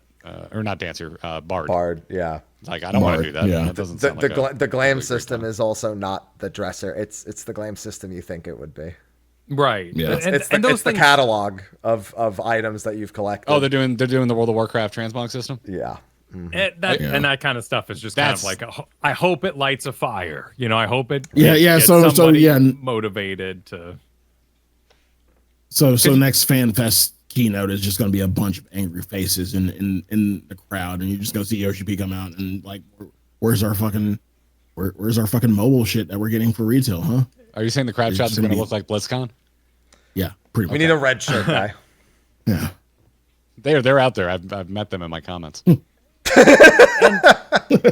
red is for the blood of the community. And maybe to like the detriment of our click-through rate, we've been through so many games, and a lot of the games we covered, we got to know the developers on the other side. And we learned that when you get a patch that is full of PvP balance, that was a PvP balance designer attaching their ready-to-go balance to a patch that was going to come out. There was no master plan of them being like, and here comes the PvP balance. Screw everybody else.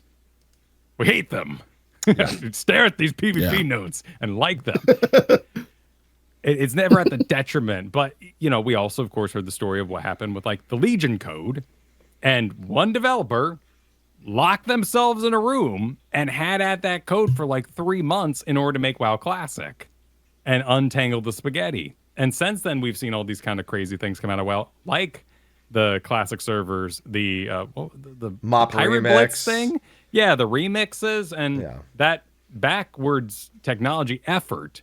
Granted, by that one person. Like, there's still someone over there balancing Heroes of the Storm. They put out big balance. That game is dead. That was so surprising. I was shocked when I saw that post. But somebody, like, there is a community manager that's like, you know what? I can't. I'm going to teach myself, and I'm going to tweak some numbers. When we would have a dev on the show, they did that on their own personal time. They could maybe go steal a meeting room, but it was after hours. They stayed late. There was no sanctioned community kind of business there. So I totally see how a brain gets there and goes, this has this, I want this, everything's trash, or complete hopium version. This is coming 8.0, right? So, but maybe it's great, and maybe I've never played anything like it before, and maybe I will. But why would I know now? And why would I be fearful? And also, I like my battle station. You know, I'm a big, you know, I like my desk. I like tab. Tab's a nice button. I like tab. Yeah, like the drink. No, this button here right on my keyboard, the actual you know? button. Like, no, I know. It feels good. Lamp. Yeah, it's nice. And you know what? I have big hands, so I kind of like F8 to target the final black mage in the party. So what is wrong with you? I get by. F8? Dude, I got to go hit F8 all the time. Fuck that. F8 never. I stop at 5. Yeah, I also stop at 5. Yeah. People are always like, Kyle, why aren't you weaving correctly? I'm like, I'm hitting F8. I don't know what you're talking about. We found it, everybody. I got to get cards all the way down to F8. Mission accomplished. Yep. Why? That's where the cards go. That's how they get there. I got to pass these things out. You know, shift and control exist, right?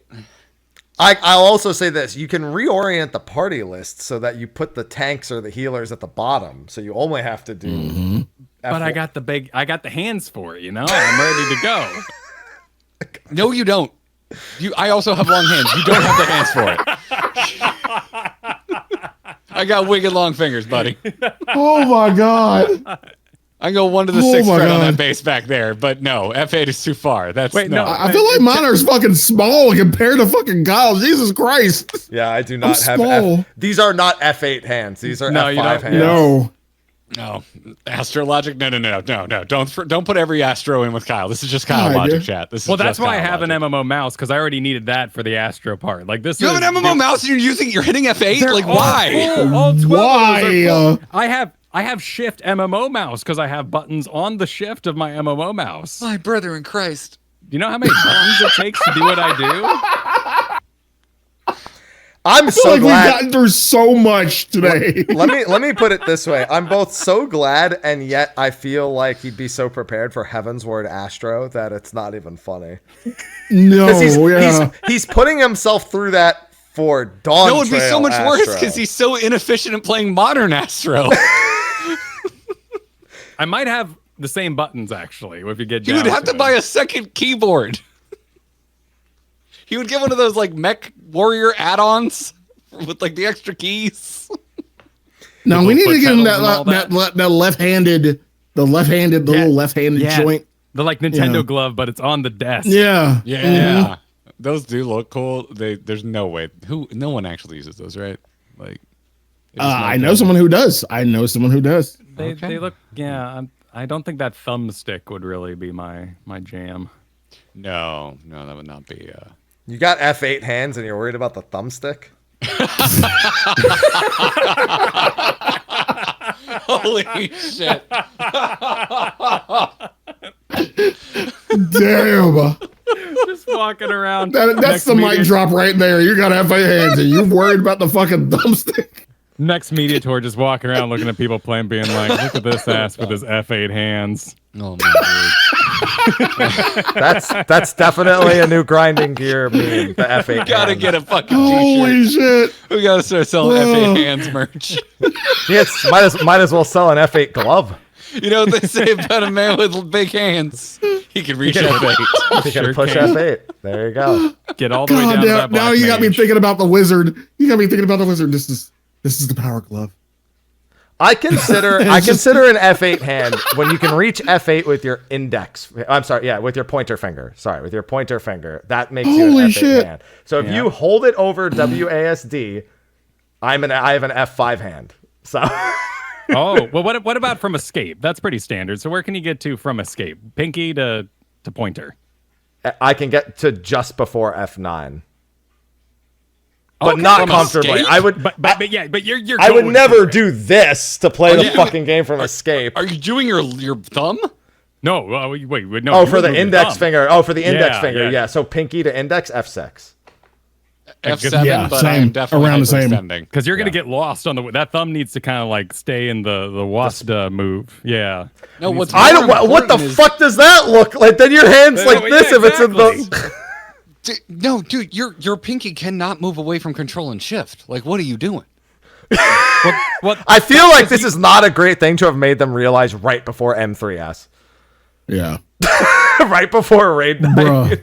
It's coming up tonight. There are going to be so many wipes tonight, bro. The first time Kyle dies, I'm going to be like, are you F8ing?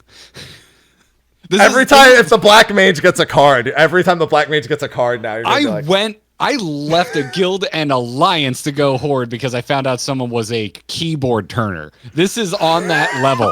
That's how betrayed I feel right now. But you're F2. You're not. You're fine. I don't know why you feel betrayed. I don't use F keys ever. Why would you use F keys? I got a target B. We're gonna That's what invite your you mouse all. is for. We're gonna you know invite what? you all on our because Garrett needs to explain his system of elevating Fs too, and we'll see how that kind of evens out. Fs too.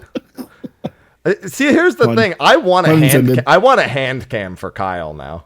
Same. Yeah. I need that. Cam. I want to go. I want to go to the stream and see a hand cam. You're gonna be the first non-StarCraft player to have a hand cam.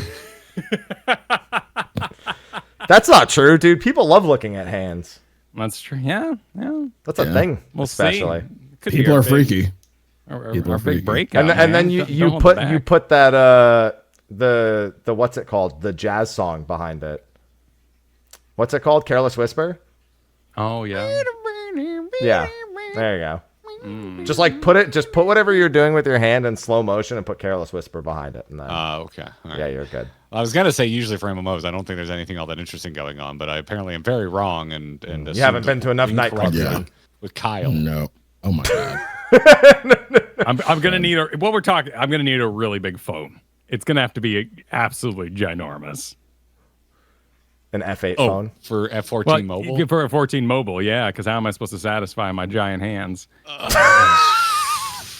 Get played on a iPad, I guess. How am I supposed to satisfy my giant hands? You're gonna be so disappointed that they made it so efficient. That's shocking.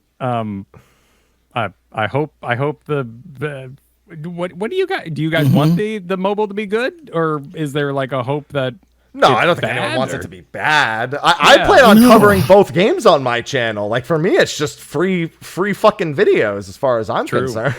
Yeah, he's just farming content. Yeah, that's all he's doing. I started my 11 Let's Play over again for like weekly content. Oh yeah, when you guys are done with Savage, that's what's on the fucking docket. We already talked about that. Oh god, I gotta get back to things. The goddess. The children yearn for the FF11 mines. Yeah, apparently. Don't worry, stalling in that game is built in. We get asked, like legit, we get asked a lot. Like folks are like, wait, what are you doing with Happy? What are you doing for FF11 with Happy? Finish Savage. Or, technically you don't have to finish Savage. But then we're going to make the chaotic people impatient. It's that pool meme. And the skeleton at the bottom are people who want us to get back to variant dungeons. They're the skeleton at the bottom of the pool. Yeah. Right now. There's a slightly dead skeleton halfway through about Valley Garmonda somewhere, too. I actually do think, if you could only pick one of the two extremes, I think both of them are worth putting. But Valagarmanda is actually the one that is 100%. They both look cool. It's normal. Normal was like the mechanics are so fun in Valagarmanda. You would like one in particular. Yeah, Valagarmanda got a lot of people excited for something in Dawntrail that has not been repeated since Valagarmanda, and it's been kind of upsetting. Oh, interesting. Okay. Yeah, showed off a new mechanic. And we're hoping to see it in next Savage. Possibly, maybe, but I mean, people just want to see any level of creativity that Valagarmanda exhibited. Valagarmanda was a high bar to set, which is rare for an extreme trial, and that bar, in all honesty, has not been met.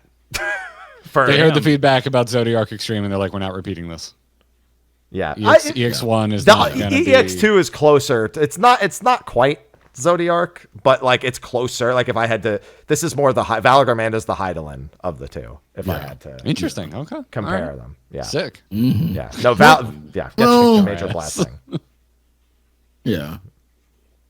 So we were bloody and bruised after Hydaelyn. I don't think you'll be bloody and bruised here. I think at this point you've waded through the waters, but like. Yeah. It does show a lot of creativity and pacing that is not always prevalent in other Dawntrail content. Okay. It's genuinely like a high point, and it's crazy to think it came from an extreme trial. So that's right. Yeah. Oh, well, I'm glad I brought up the mobile thing, so you have to learn about the F8 hand thing. Because if I didn't bring that up, that was exposed. Yeah. Learned something about my internet wife today. You've learned he's got big hands. F8 hands. Yep. I'm jealous. F8 hands. I'm jealous, man. By now. I'll always be comparing myself to Kyle. Every time I look down at my hand on the keyboard, now I'm like, if only my hands were as big as Kyle's. Can never heal like this. No. Now I need everyone else to show their hands too, so I know what's normal. There's going to be so much hand content. That's unbelievable. I'm living in a vacuum, you know. Kyle F.A. Ferguson. Chat, right now, does anyone else use the F keys to target? People who play Diablo got really used, like old Diablo. The default keys are all F keys. That's how you chase down to Hydra on like your 8th ability. Yeah. I assumed you move your party frames significantly closer to the center of your screen. You just click on the damn people you want to be targeting. Yeah, I'm not too surprised. I've played a lot of games that use the F keys, but not usually for targeting. I mean, yeah, actually some for targeting too. Okay. Yeah. Yeah, meanwhile, Peter Parker over here just doing everything. Jesus. All right. With that, that discussion, that little sidebar alone put us 20 minutes over our usual time. I want to give you guys a little bit of time, I guess, before you go into M3S. So I think we will wind down before we unhinge another topic that keeps us here, because I feel like it's on the cusp of happening. I gotta talk to Kyle about. You're out of strange theories now, Kyle, because we've beaten Endwalker. So never mind. I got nothing. Strange theories. He had all kinds of odd theories when we were still getting caught up on the MSQ. He thought Xenos was going to eat the moon. To be fair, not entirely unbelievable. Yeah, it was slightly. I mean, he kind of did with extra steps. It was definitely extra steps, yes. But there was a sort of digestion that happened. I mean, honestly, like, no, in terms of like where's Zola going, I think I ultimately respect the end goal. And as someone who's like, I'm a writer, but I've dungeon mastered, and I've been there when I'm like, my world's kind of boring, and I need to insert a lot of fun back into it. Right. What if I went cyberpunk? Yeah, and we got there, and now I'm having a great time. So, let's rock. And if you've done the 7.1 story, do you feel, as one last note, do you feel the direction or pacing was any bit improved over 7.0? No. Okay. I think it was. I feel like it was Dawntrail again. It was 7.0 in a shorter amount of time, so I guess the pacing was better. Yeah, they doubled down on Dad being bad, and that was weird. We're done with him. He was an underutilized, not particularly interesting character in my mind, and then to go back to him in flashbacks, I was like, can we just move on? I don't want to spend any more time with this character. I liked where it ended. But that was kind of my experience with 7.0. The end of when credits were rolling, I'm like, oh shit, oh damn! Like I can't wait to see where we go from there. And I felt the same way at the end of 7.1. I was like, ooh, where this is going is interesting. But the adventure I just went on was a little straightforward. And the dungeon was sick. The dungeon was awesome. I like where that's going. And obviously, 7.1 was not a reflection of any feedback that had been received to that point, because that's just work pipelines that was already in the can, as it were. So just figured I'd get us on that one last track, since I feel like we never specifically said 7.1 for story stuff. Okay, well, it has been an absolute pleasure finally getting you guys on the show, especially for just a ramble-a-thon to talk about Dawntrail stuff. That's podcasting. That's podcasting. That's what we're here to do. Like we had a topic, but was it really? You know, the kind of just works out where it's like, yeah, that's what we said we're talking about, but the real state of the realm were the Poke Center babies we made along the way. Oh my god. Kyle was full of bangers this episode, man. That's just Kyle. I mean, that's really was. He really was. God damn. It's always nice to meet new people. It validates me still being confused by him. You know, when we started working together in 2010, 15 years later, it validates me still being confused by Kyle. Chat's had a good idea. From now on State of the Realm, I should give everyone the option to give another person on the podcast a commendation. Pops up at the end. Vote. Boop, boop, boop. Yep. Everyone gets commendation. I just pop up a thumbs up underneath each of them. Yeah. And if they don't send you over a picture ahead of time, they got that headshot for them, you know? Yeah. I will request... I'm gonna become competitive though, so you're gonna have to bring me back without Kyle, so I have a chance of winning. Yeah, Happy. Can the thumbnail of this episode be just Kyle's like Peter Parker hand, like just he's just showing it off, and I'm sure I could find a picture of our faces during that too, of Garrett just being like. That was a good impersonation of the face he makes often. Shout out to Rebe.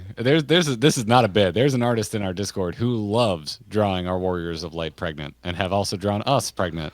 So you know we could get. It's not the first time. Listen, I had a stint with Star Rail for a bit, and the whole there's one character everybody loved calling him Boot Hill. I think his name was pregnant Boot Hill. And I have a friend who is obsessed with trying to get me to witness pregnant Boot Hill. I think his name is Boot Hill. I don't remember. I've forgotten. Yeah, I've subsequently ignored them every time they brought it up. So okay, that was me and Lease Haters and Stormblood. I was just like, all right, get over it. let me form my own opinion. Yeah. All right. But no, it's been an absolute pleasure. We will of course be working again in the future. It's always awesome being on GG. It's also awesome having you here. So. I like that threat. Hell yeah. Yeah, that's a good threat. Yeah. Only one hasn't. Yeah. Hi. Me. Yeah. Wow, Sly, way to make it about you. Sly, I want to do a cocktail hour with you sometime. I've been trying to come up with like a theme or something, but I mean, sure. Like it's all there, but you should see my bourbon table. I've heard legends. I've heard the legends whispered. Yeah, Sly doesn't. The theme is alcohol. He doesn't need it.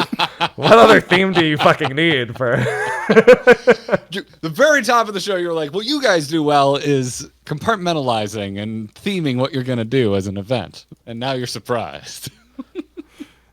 Alcohol is a theme. Surprised. It is. Yeah. Exactly. Well, okay. So with that, let's finally get the signing off. So you guys can either take a break before M3S or roll right into it, whatever your schedule is dictating. Dinner and then M3S. Yes. So you guys could get to dinner and have some time before. Live in 90 minutes. All right. Let's get you out so you can go eat. So thank you for joining. Why don't you do? I'll designate this time. Kyle, why don't you start the outro and then Garrett can. You guys are like 2 and 1, so it's like unless you really want to, like, what are you doing? I think he's trying to point at me. Yeah. Oh, okay. Yeah. Other way. Discord. Yeah. There's a Discord. but there's a delay too. And we're on okay. Yeah. There you go. Okay. Go. YouTube. Grinding Gear on YouTube. YouTube.com/AMoveTV. Old name. You know how YouTube works. It takes they still haven't come out with that feature, but Grinding Gear is what you can search for on podcast platforms and on YouTube to find the videos, the streams, links to the Clips channel. In Discord, Grinding Gear as well, and Garrett and Kyle on Twitter, because I'm not doing that too much anymore. Kyle's terrible about social media, much to his health. Yes. But I do manage a Discord. Yes. That is really kind of runs the other way with it at that point. Yeah. Kyle's very good about Discord. So still doesn't have a Bluesky, no matter how much anyone asks. But yeah, I'm Garrett Art on Twitter and Bluesky, and I cross post from the Garrett and Kyle account over to my Bluesky. I'm not running more than one Bluesky. It's too many. And everything else Kyle said. Yeah, we're on YouTube. Search for Grinding Gear. Come join us. It's a good time. As a heads up, you can get it changed, but it's to your Google name. To like what? Because like I got mine was Xehanort1227 from like high school, because I did Kingdom Hearts like final mix like video, like no damage videos back then in like 2007, 2008. But now it's at Mrhappy1227. So I don't know if that changed. I don't know how it affects the joint channel, like what it would actually become. I'm not sure because I don't remember exactly how the system works. I don't remember if you pick a name or it's based on your Google account or anything like that. Interesting. But you might be able to get at Grinding Gear. It's possible. Okay. That would become the link. It would be youtube.com/@Grinding Gear. Oh. That would be better branding. Yeah. Oh, well, I'll look into it. Look into the changed ID, because that's like maybe a year and a half ago, 2 years ago they did that, but it slipped under the radar for a lot of people. Never once thought to bring it up in our YouTube meetings. We should probably ask our. Oh yeah, that's not a bad idea. Okay. Yeah. There you go. I figured I should mention it since I know I struggled for years with that with YouTube, with being Xehanort1227. So I'm very, very familiar. Hell yeah. Yeah. But thanks for the tip. Oh, thanks for having us on.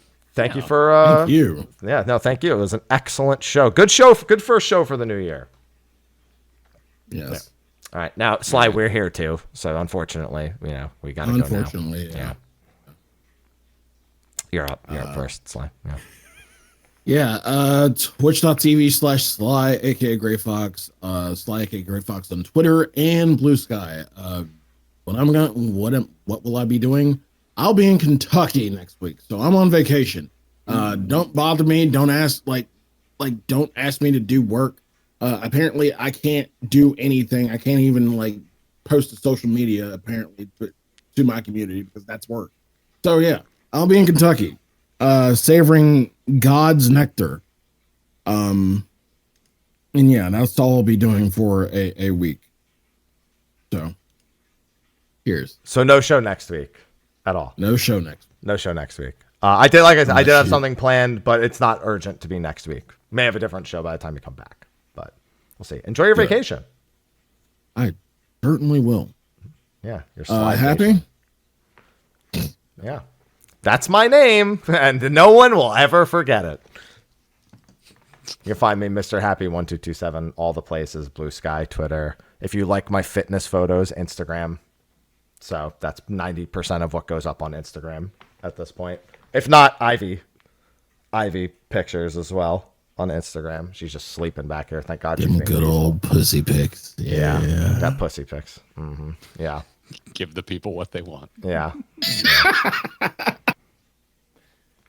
You've got the meat and you've got the pussy. It's all right. A little bit of everything. Yeah. Somebody just made this joke in a call to me the other day too. So I'm fresh on that joke. So thank you, Sly.